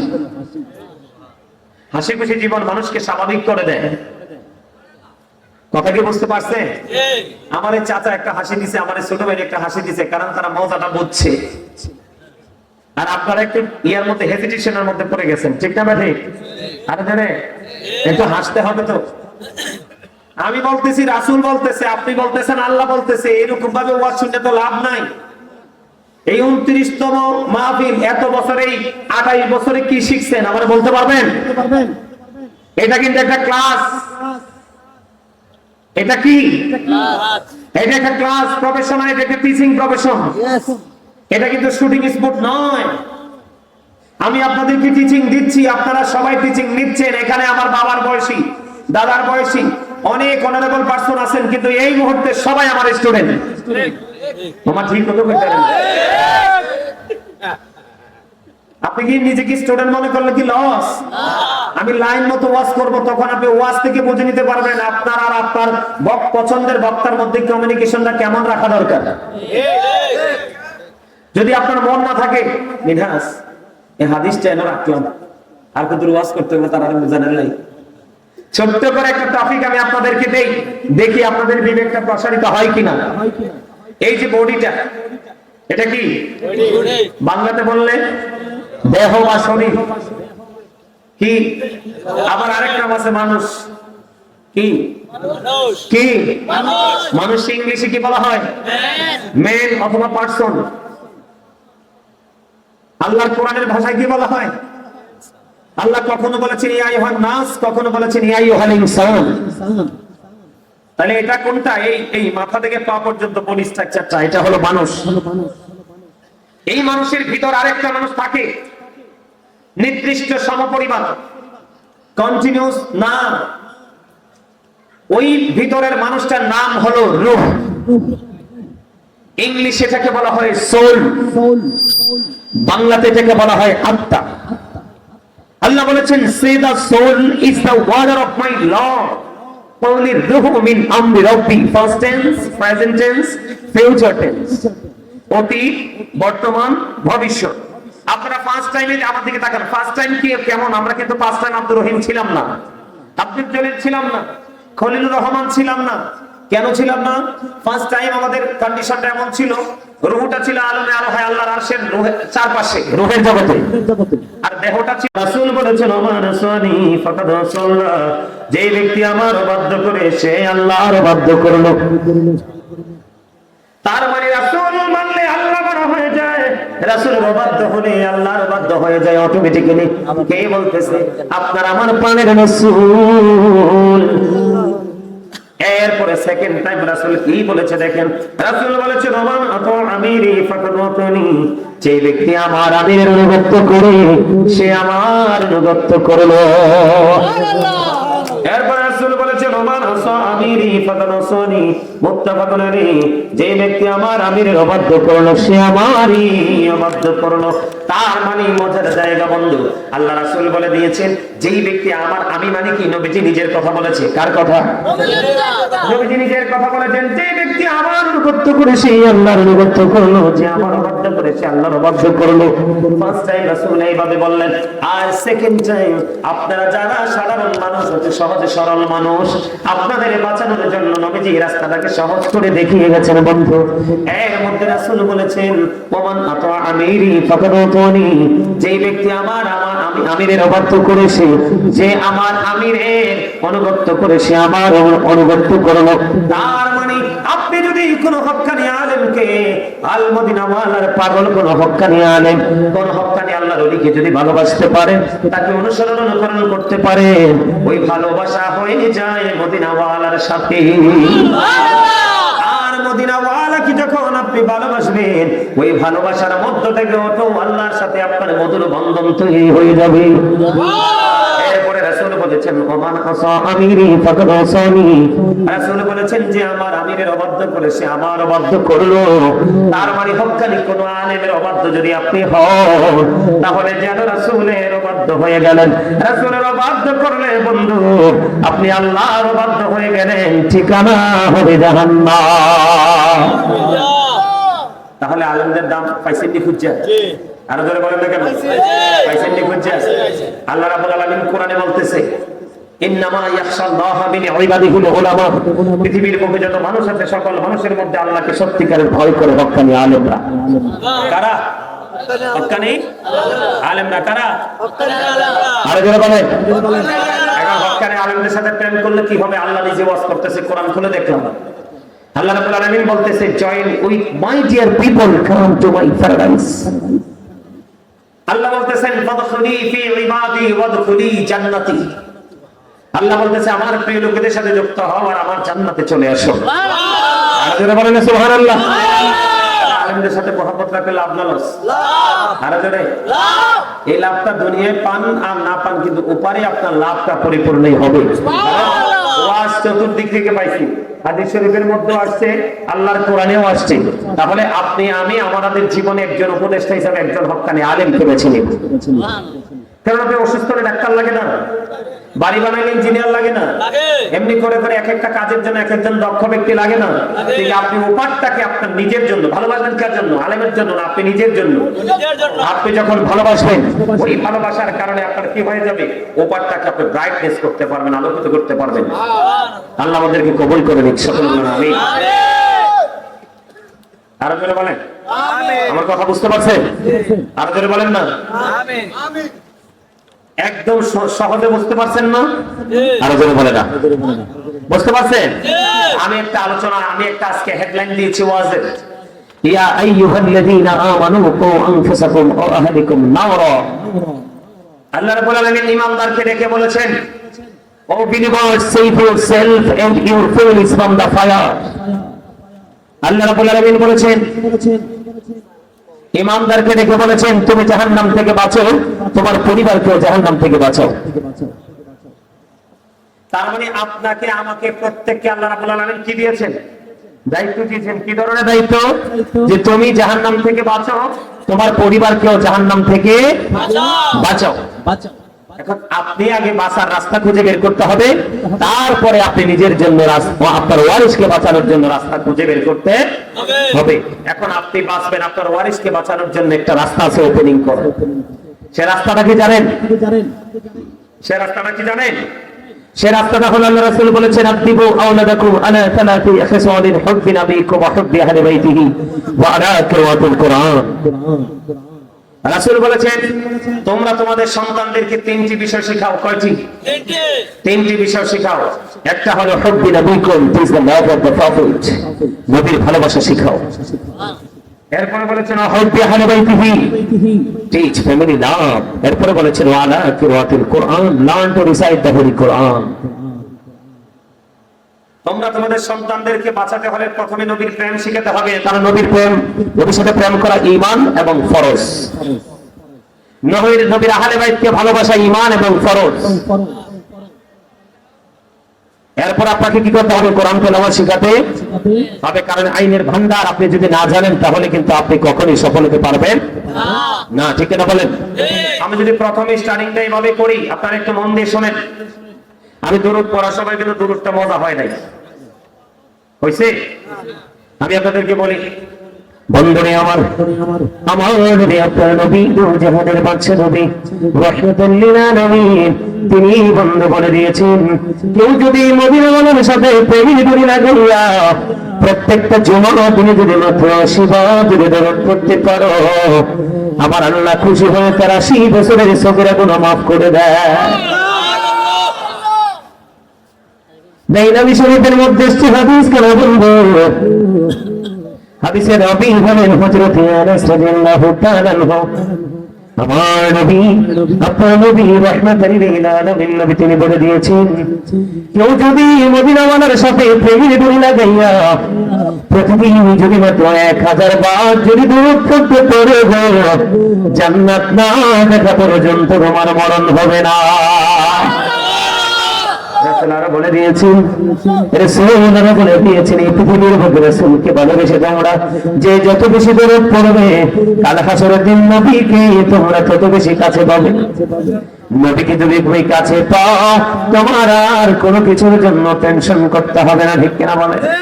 কারণ রাসূলকে প্রশ্ন করে হলো, ইয়া রাসূলুল্লাহ, ইয়া হাবিবাল্লাহ, নবী গো, আপনাদের নবী, কিয়ামত কখন হবে গো নবী? আমার রাসূল বললেন, কিয়ামতের জন্য কি প্রস্তুতি নিয়েছো? ইয়া রাসূলুল্লাহ, ইয়া হাবিবাল্লাহ, নবী গো, আপনাদের নবী কিয়ামতের জন্য কোনো প্রস্তুতি নিতে পারেনি, তবে আল্লাহ এবং আল্লাহর হাবিবকে ভালোবাসি।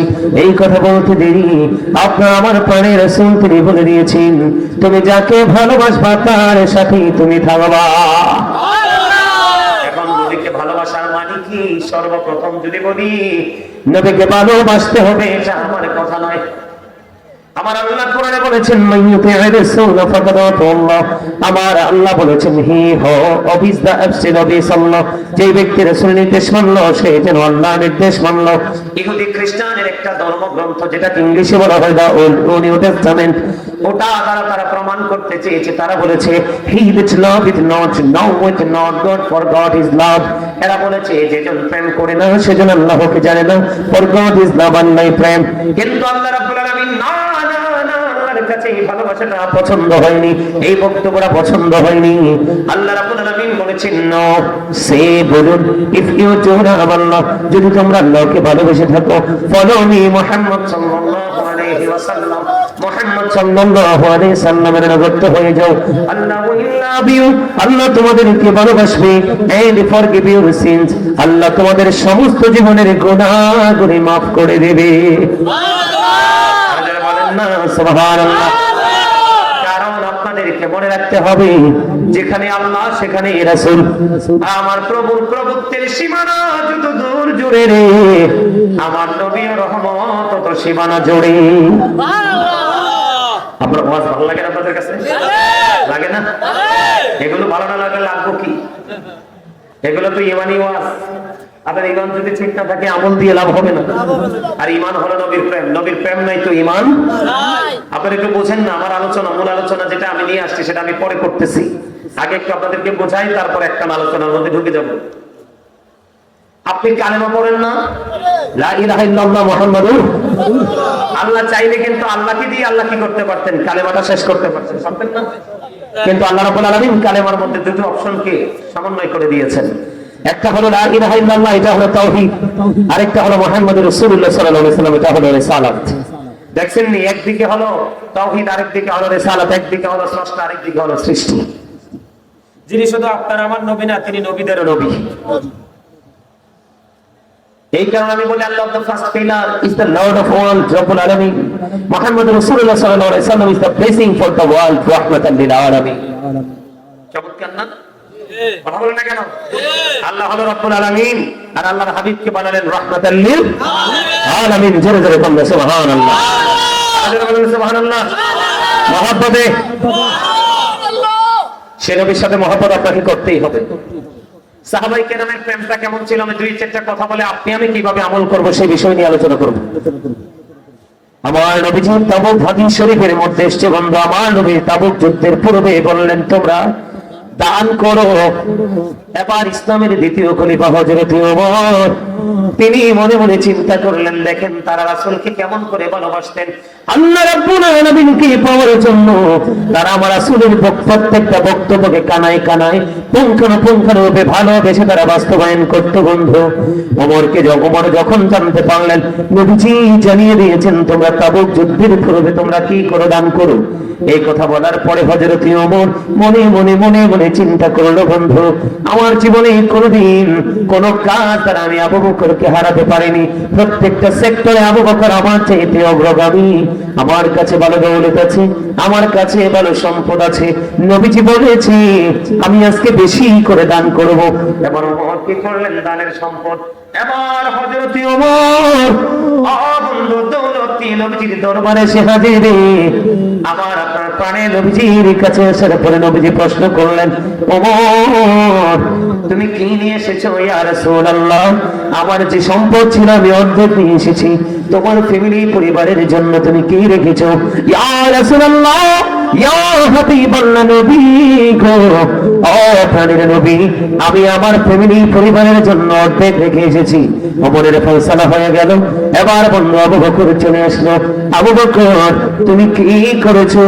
এবার আবু বকর উত্তর দিলেন, ইয়া রাসূলুল্লাহ আমার যা ছিল আমি সব নিয়ে এসেছি গো।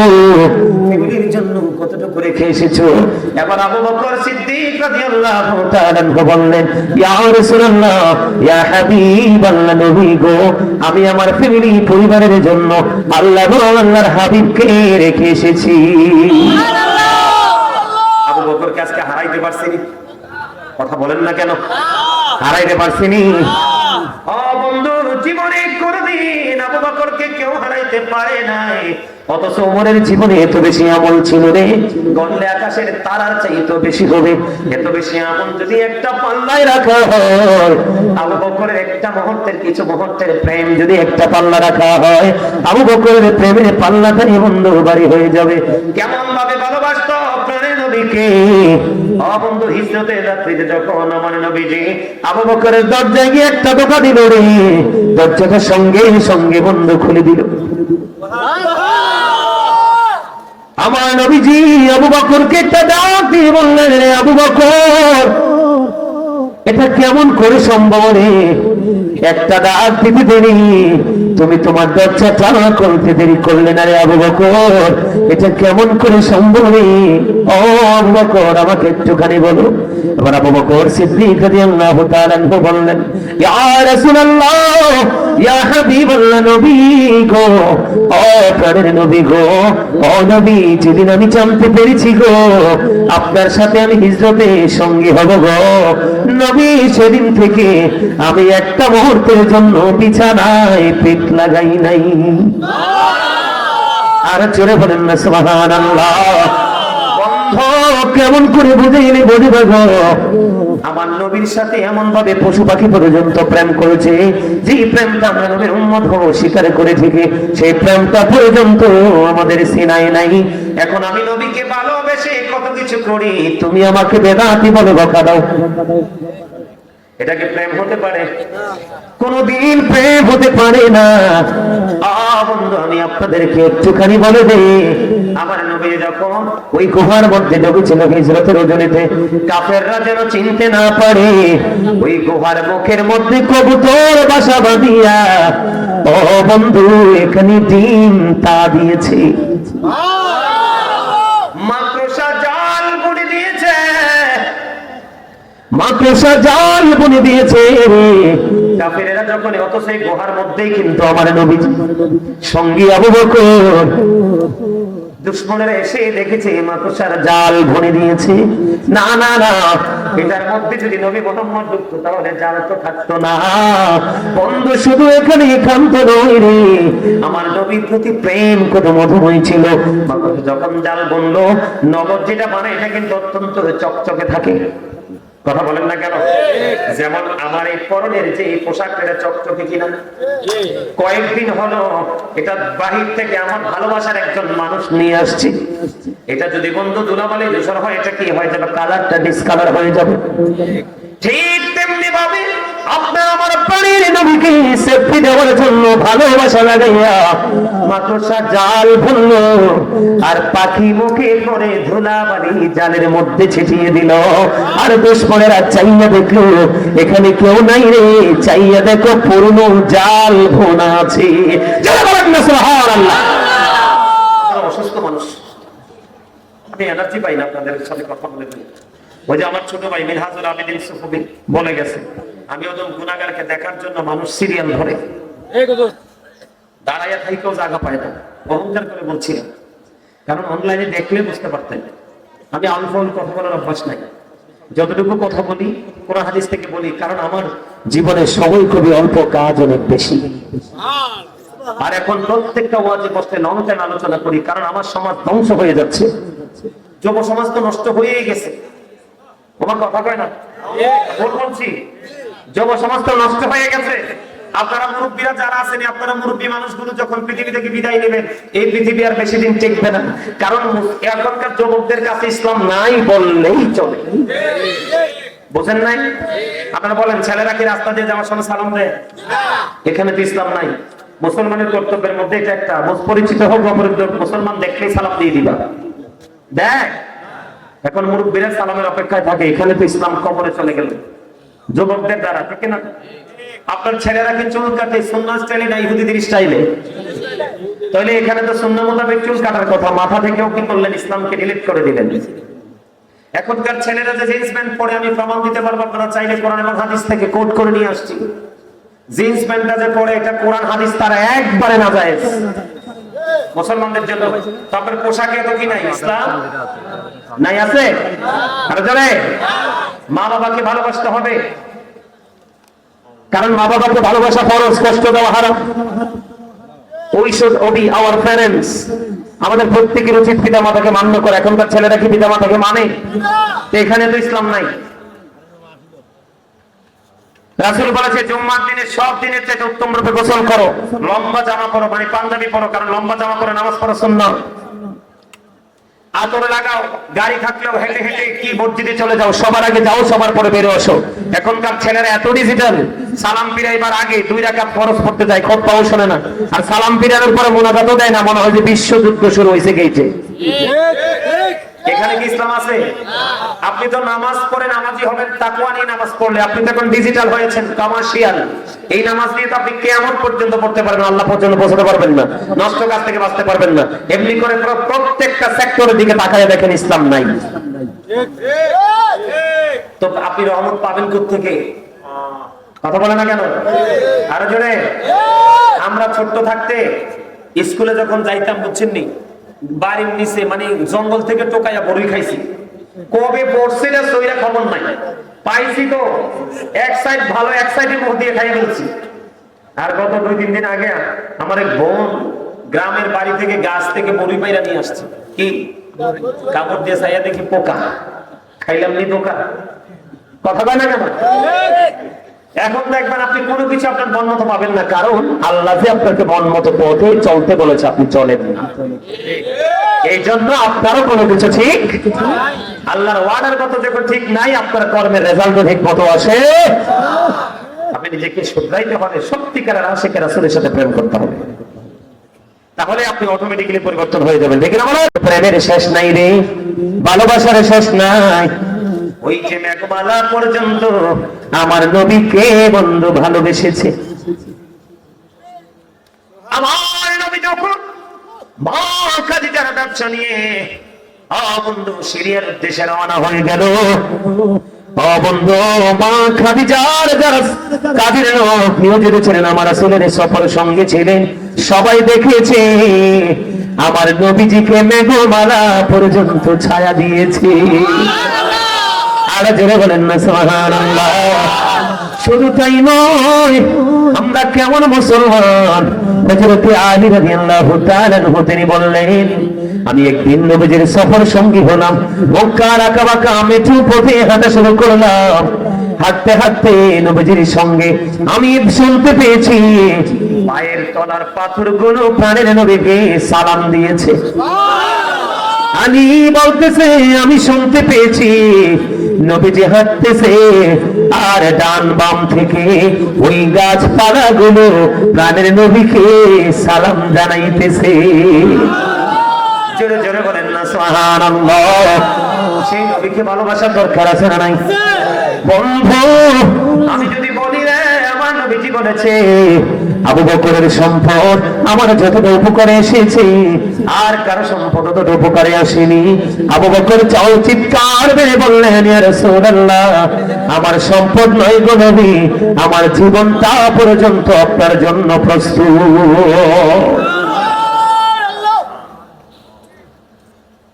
আমি আপনাদেরকে বলি বন্ধু, আমার রাসূল যখন এই পৃথিবীতে চলে গেল রে, চলে যাওয়ার পরে আখির নামক একটা গাধা নবীজির চলে যাওয়াটা সে মেনে নিতে পারলো না, কোনোভাবেই মেনে নিতে পারেনি।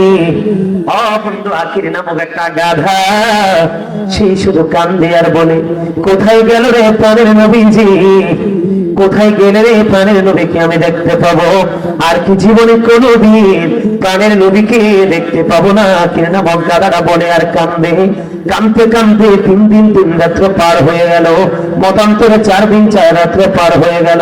ওই আখির নামক গাধা কোনো খাবার খায় না, কোনো পানি খায় না বন্ধু, 3 দিন 3 রাত্র, মতান্তরে 4 দিন 4 রাত্র পরে নিজের জীবনটা সমুদ্রে ঝাঁপ দিয়ে দিল। আমার নবীর প্রেম এত মধুর ছিল রে।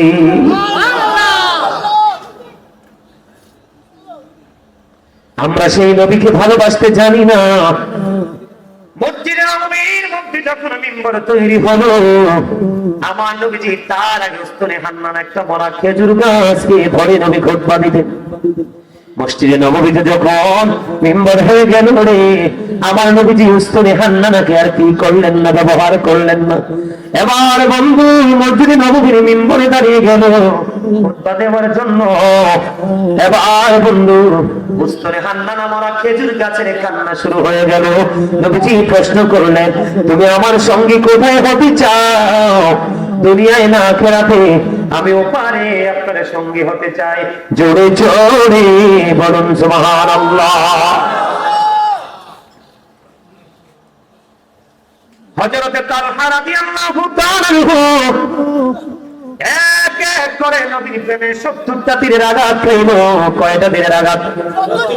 আরো জোরে। নবীজি মদিনায় থাকা অবস্থায় বন্ধু 27টি যুদ্ধ করেছে। এর মধ্যে সবচেয়ে বড় যুদ্ধ হলো উহুদের যুদ্ধ। উহুদের ময়দানে দুশমনেরা বৃষ্টির মতো তীর ছুটতেছে। এই দৃশ্য দেখে হযরত তালহা নবীজিকে জড়িয়ে ধরলো। জড়িয়ে ধরে একটা তীরের আঘাত যেন প্রাণের নবীকে টাচ করতে না পারে। একটা নয়, দুইটা নয়, 70টা তীরের আঘাত। ও বন্ধু, 70টা তীরের আঘাত সহ্য করেছে, তারপরও প্রাণের নবীকে একটা আঘাত লাগতে দেয়নি। 70টা তীরের আঘাত খাইয়া বন্ধু, ও রামচন্দ্রপুরের আমার ভাই, আমার বাবা গো, আমি আমার মা বোনদেরকে ডেকে ডেকে বলবো, একটা বার তুমি নিজের বিবেকের কাঠ গড়ায় দাঁড়িয়ে, নিজের বিবেকের আদালতে দাঁড়িয়ে প্রশ্ন করো, তুমি তোমার নবীকে কতটুকু ভালোবাসতে পেরেছো? হযরতে তালহা একটা নয়, দুইটা নয়, 10টা নয়, 20টা নয় বন্ধু, 70টা তীরের আঘাত খাইল।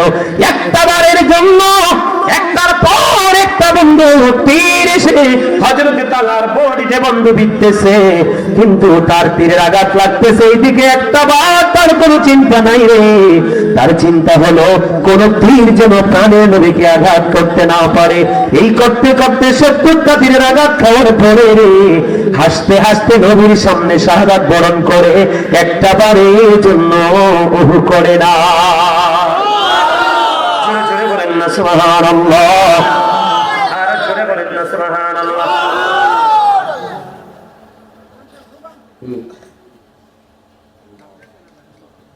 ওয়াজ নিয়ে কথা না, ওর কথা অন্য কথাটা অনেক কম বলছিল। রাসেল কবিতা আমার মানা করেছিল, তোমাদের এই মসজিদে আসছিলাম না নামাজ পড়ে যায়, দেখছো না? আরে মিয়া, যে দুষ্ট মানুষ সমান তোমার খাইছে খাইছে, এদিকে একটা মসজিদ আছে, এমন দুষ্ট মানুষ। এই মিয়া যুগের পর যুগ এখনো পড়তেছি, দাড়িগুলো পাকাই ফেলছি। আমি বন্যা মূর্খ যদি সামনে এসে কথা বলে মানা যায়? হ্যাঁ, কোন সাজেস্ট করতে হলে করবো, কিন্তু কোন ইনস্ট্রাকশন তো নিতে পারি না ধর্মীয় ব্যাপারে। কথা বলেন না, আপনারা মুরব্বী মানুষ, সেই ক্ষেত্রে সামাজিকতা নিয়ে আপনি দুনিয়া হিসাবে আমাকে উপদেশ দিতে পারেন, আদেশ করতে পারেন, কিন্তু ধর্মীয় ব্যাপারে তো আমি আপনার কাছ থেকে ইনস্ট্রাকশন নিব না, কারণ আপনি তো মোটেও কিছু জানেন না। কথা বলেন না। এই মিয়া, মসজিদের খতিব যদি অনেস্ট না হয়, কোনদিন সমাজের মধ্য থেকে গোমরাহি দূর করা সম্ভব নয়। মনে রাখবেন, যেই ইমাম সাহেব দেখবেন সভাপতি, সেক্রেটারি, মোতাল্লির পা চাটে চাকরি বাঁচানোর জন্য, ওই ইমাম সাহেবের পিছনে কোনোদিন নামাজ পড়বেন না। এই দ্বারা নামাজ হইতো না, আপনাদের তো হবে না। কথা বুঝতে পারছে? আমি অনেক মসজিদ, আমি আমার জীবনে জুমাই পড়াইছি, আমি এখন জুম্মাই পড়াই না। কারণ হয় সেক্রেটারি নাই, ক্যাশিয়ার নাই, মোতাল্লি নাই, সভাপতি একটা না একটা ওয়ান নাম্বার বাটপার থাকে। কথা বলেন না কেন? অত্যাচারে আমাদের মতো স্কলার আমরা কেন মসজিদে দাঁড়িয়ে দাঁড়িয়ে আপনাদের 5,000 টাকা? আমার জীবনে যত মসজিদে দায়িত্ব পালন করেছি, জীবনে কোনোদিন কোন মসজিদ কমিটি বলতে পারবে না গাজী সুলাইমান কি ঈদেও 1 টাকা বোনাস দিতে পারছে, নেই নেই। কারণ আমি আপনার পকেট কাটার জন্য আসি নাই, আপনার পকেট ভরার জন্য আসছি। ঠিক কি বলেন? আমি যখন মেডিকেলে জম্মা পড়াইছি, এখানে একটা ছেলে আছে ওই যে বসা, আমি যখন মেডিকেলে জম্মা পড়াইছি করোনাতে, এক একটা মুসল্লিকে এক হাত দূরে দূরে দাঁড় করেছেন, কে এই বড়া সব দিয়ে একটা লোক একটা গাইসা দাঁড়া, এই বললি রে দাঁড়া, এটা কুমিল্লা মেডিকেল, এটার বাড়ি। ওই জিজ্ঞেস করেন এটারে, কইছি একটা লোক একটা কাঁধে কাঁধ মিলে দাঁড়ায়, একটা লোকের করোনা ধরে নাই, ধরছে? অথচ তারা 2 হাত 3 হাত দূরে কারাইছে, করোনায় মরছে। আমার মসজিদের মুসল্লি মরে নাই, কারণ আল্লাহ রাব্বুল আলামিন তাকায় মানুষের কনফিডেন্সের দিকে, আত্মবিশ্বাসের দিকে। আমার বিশ্বাস ছিল আমি আল্লাহ গোলামি করার জন্য এখানে আসছি, এই গোলামের জন্য যদি করোনায় মারা যায় তাহলে গেড়ে গেলাম। একটা লোক আমার মসজিদে গোর করোনাতে মারা যায়নি, অথচ আশেপাশে অনেক লোক করোনা আক্রান্ত হয়ে মারা গেছে। এই করোনাতে যখন আমি জুম্মা পড়াই, একজন হাফেজ ছিল, আমি মসজিদ কমিটিকে বলছি হাফেজের নাম দিয়ে হাদিয়া তোলে যদি আমাকে 1 টাকা দেন, এই দুনিয়াতে হয়তো দেখবো না, হাসরের দিন আমি কিন্তু আপনাকে ধরবো, আল্লাহর কাছে দরখাস্ত দিয়ে রাখছি। নিসিনি এই করোনাতে আমার মসজিদে খতিব সাহেবকে, হাফেজ সাহেবকে হাদিয়া দিয়েছিলেন 50,000। কত? আমি কিন্তু 5 পাইও নেই। আমি সেই ছেলে, আমি কারো বাড়িতে 1 গ্লাস পানি খাই না, আমি মাছ খাই না, গোস্ত খাই না, শুধু শাকসবজি খাই একমাত্র নিজের ঘরে। আমার প্লেট, গ্লাস, জগ সব আলাদা। তা আমার শরীরে কারেন্ট থাকতো নাকি আপনার সঙ্গে কারেন্ট থাকতো? আমি ডান বাম উঁচু নিচু ফলো করে চলাফেরা করি। আপনি চাইলেই কিন্তু আমাকে গায়েল করতে পারবেন না। আমি এখনো থাকি মানুষের বাড়িতে ভাড়া, প্রফেসর সব গেছে, কিন্তু আমার এলাকায় 32 বছরের পুরনো মসজিদ 49 লাখ টাকা খরচ করে মসজিদ করেছি মাত্র 5 মাসে, ভিতর বাহির টাইলস করে। এখন পাশের গ্রামে গত 25 তারিখ আরেকটা উদ্বোধন করে দিয়ে আসছি। এই মসজিদ করতে লাগবে 25,000 ইট, 15,000 আমি গুণাগার দিছি। এখন সাত ঢালাই হবে রোজার পর্ব, সাত ঢালাইতে লাগে 4.5 টন রড। কত টন? এর মধ্যে আমি দিয়ে আসছি 2 টন। মারহাবা কইতেন না? 200 কত ব্যাগ জানি সিমেন্ট লাগে। আমি এবং আমার ফ্যামিলি, আমার পিচ্ছি গুলো মিলাই, আমরা মিলে মনে হয় প্রায় রড সহ মনে হয় প্রায় 100 ব্যাগের কাছাকাছি আমরাই দিয়ে আসছি। 275 ব্যাগ, 275 ব্যাগ সিমেন্ট। হ্যাঁ 275 ব্যাগ সিমেন্ট। 275 ব্যাগ। মারহাবা কইতেন না? এগুলো আপনাদেরকে শেখার জন্য বলছি। আপনি একটা অন্যায় করতেছেন, আপনি জানেন, আলেমকে বলতে দিবেন। কি করতে দিবেন? বলতে দিবেন। আজকে হয়তো আপনি আমলটা, এই অপরাধটা ছাড়তে পারেন না, কালকে আপনার মধ্যে এমন প্রভাব পড়বে, আপনি তো করবেন নাই না, অন্য করলে আপনার কাছে বিরক্ত লাগবে। এজন্য ইমাম সাহেবদেরকে বলতে দিবেন, তাদেরকে প্রতিবন্ধকতা সৃষ্টি করবেন না, একবারে উভয় ধ্বংসস্তূপে পরিণত হবেন। আমার শরীরে সব সময় 120-এর উপরে থাকে ভোল্টেজ। কি 120-এর উপরে থাকে সব সময়? এটা আমি মনে করি আল্লাহর পক্ষ থেকে দেওয়া এক নিয়ামত। আপনারা সবাইও যদি আমার বিপক্ষে চলে যান, আমি ন্যায়ের পক্ষেই থাকবো। কারণ আমি আপনাকে রাজি করলে তো লাভ নাই। আপনি এখন আমার পক্ষে আছেন, একটু পরে আরেকজনের চাকরি উল্টাই দেবেন। কিন্তু আমার মালিক, আমি যে কর্ম করবো 1 ইঞ্চি পরিমাণ আমার রেজাল্ট থেকে আমাকে মাহরুম করবে না। আমার কথা কি ভালো লাগছে? কথা কয় না? ভালো লাগছে? আলহামদুলিল্লাহ কোন জোরে জোরে।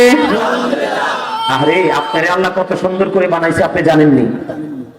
আল্লাহ কয়, বান্দা তোমার কাছে পৃথিবী সুন্দর। সূরা 3-এর মধ্যে কি চাইয়া দেখলাম আল্লাহ ডাকে, বান্দা আমার কাছে সবচেয়ে সুন্দর তোমরা। এই জন্য আলহামদুলিল্লাহ কত দরকার না? আরে আমরা না কই এটা লম্বা, এটা বাইটটা, এটা কালা, এটা মোটা, এটা চিকন, এটা হেলদি, এটা স্লিম, কিন্তু আল্লাহর কাছে সব সুন্দর। কিন্তু আমরা নষ্ট হইছি কখন যাইয়া?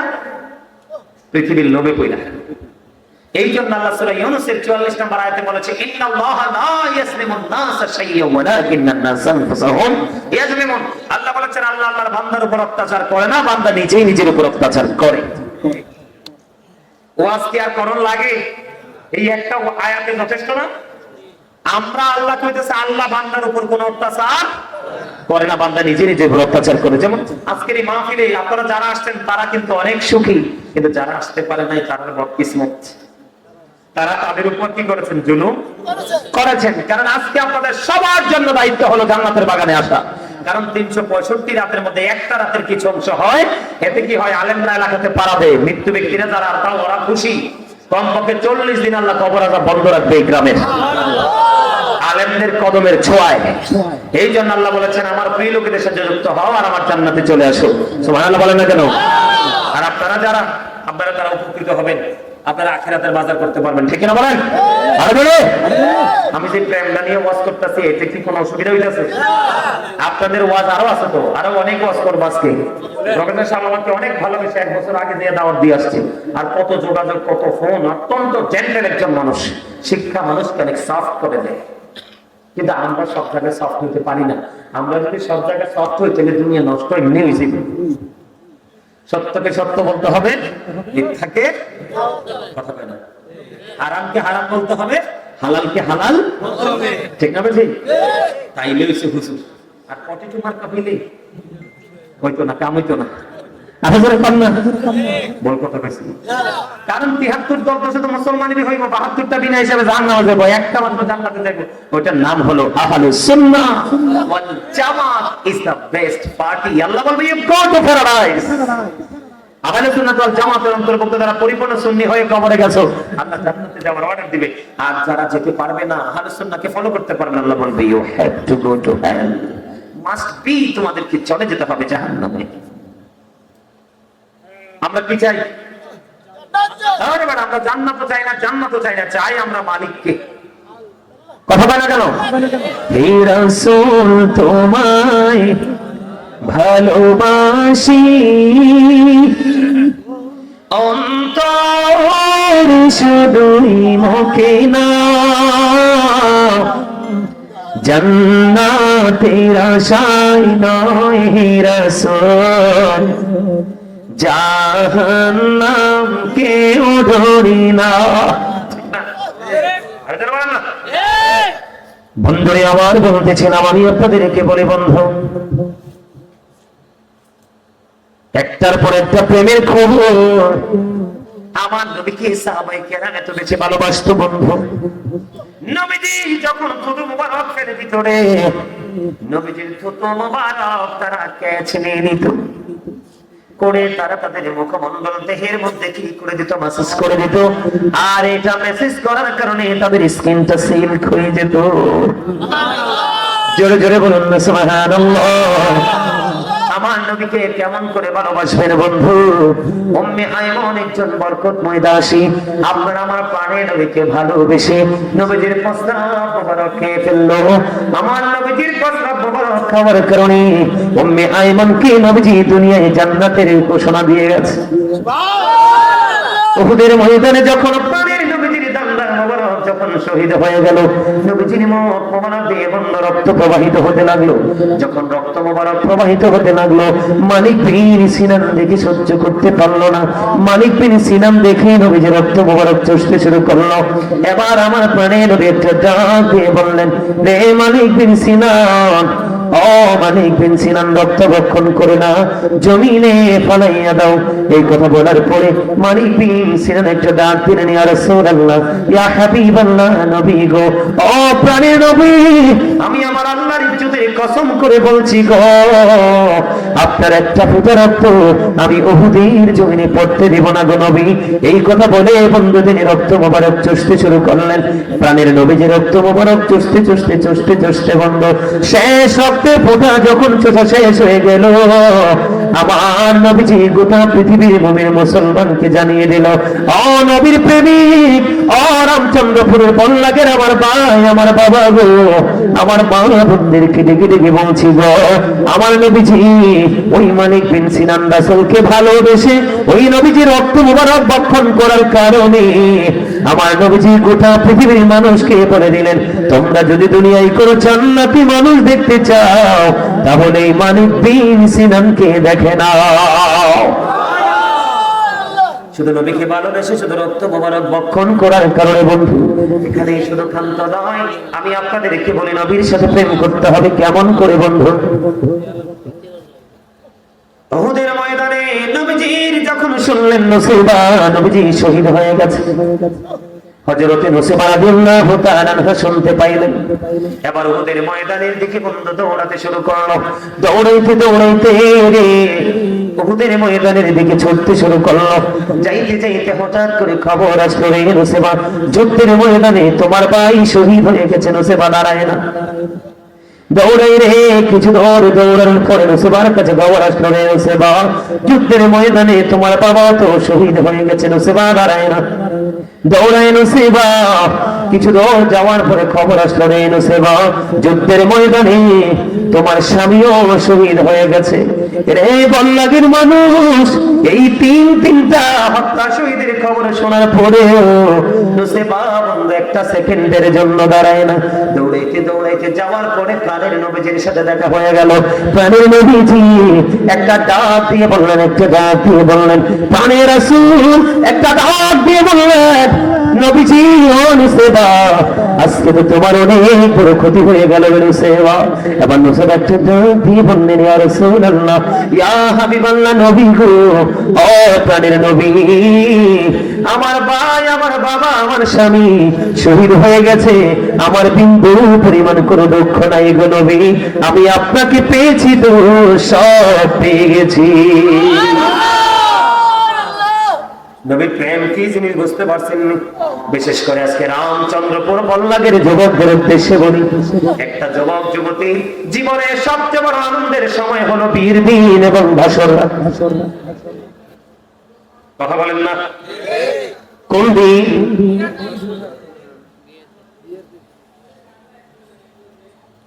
কথা কি বুঝতে পারছেন? হযরতে হানজালা নবীর সাথে কত গভীর প্রেম ছিল।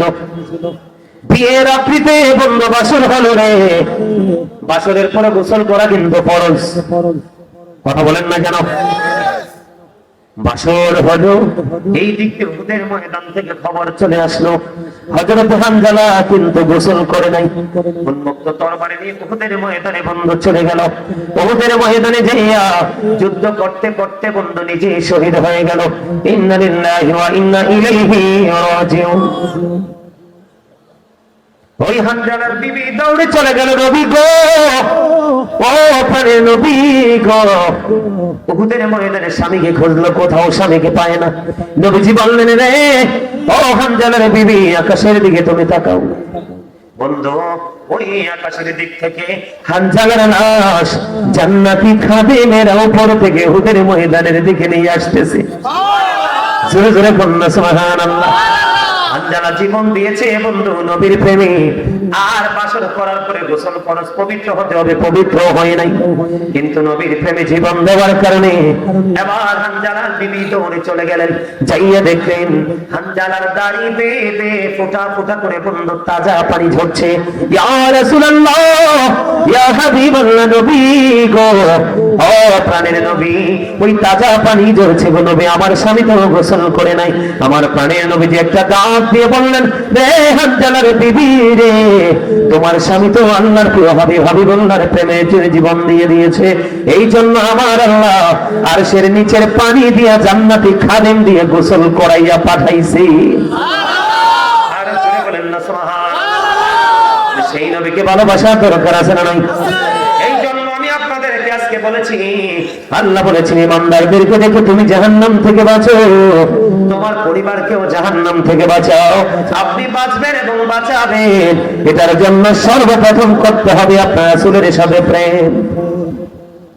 আপনি সারা জীবন অন্যায় করেছেন, সারা জীবন বন্ধু অপরাধ করেছেন, কোনো টেনশন করার দরকার নাই, কোনো চিন্তা করার দরকার নাই। আপনাদের জন্য কাল থেকে পরশু দিনই বয়ে আনছে নিয়ামত। কথা বলে না কেন? কোন মাস? আরো জোরে বলেন না, কোন মাস?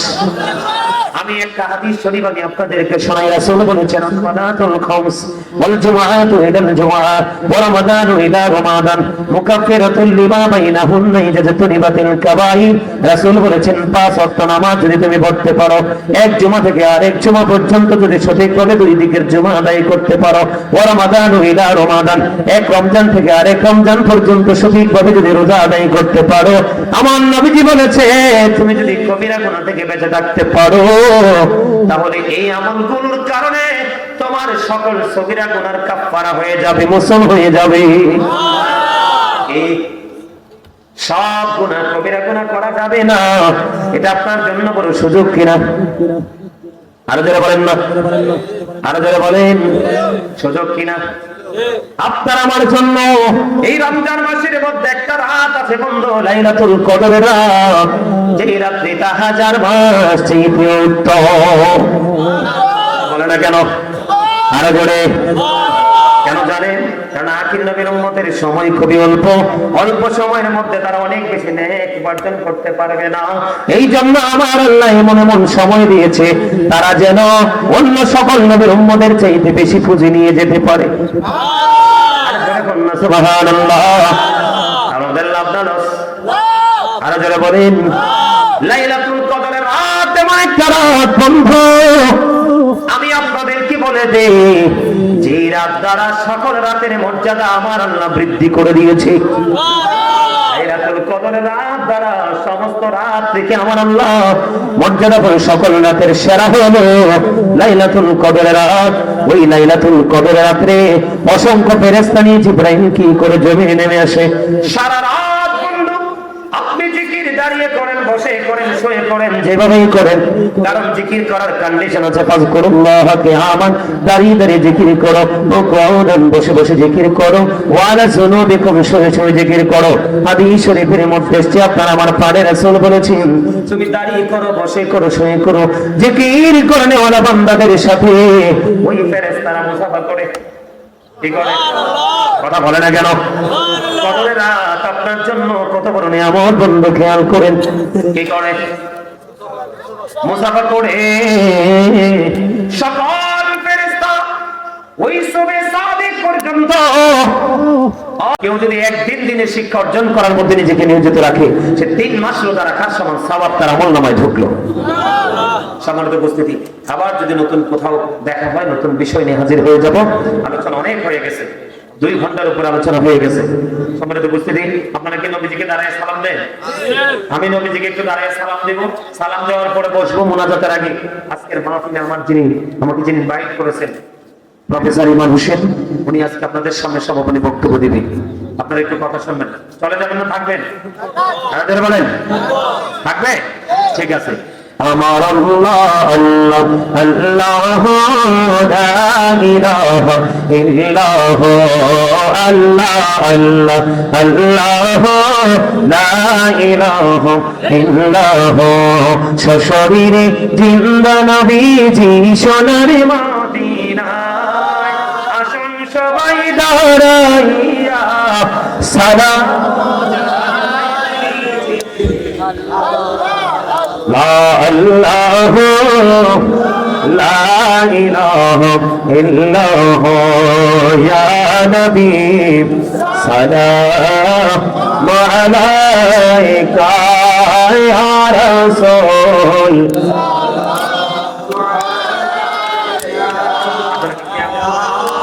এই আপনারা কি কিয়ামের পক্ষে না?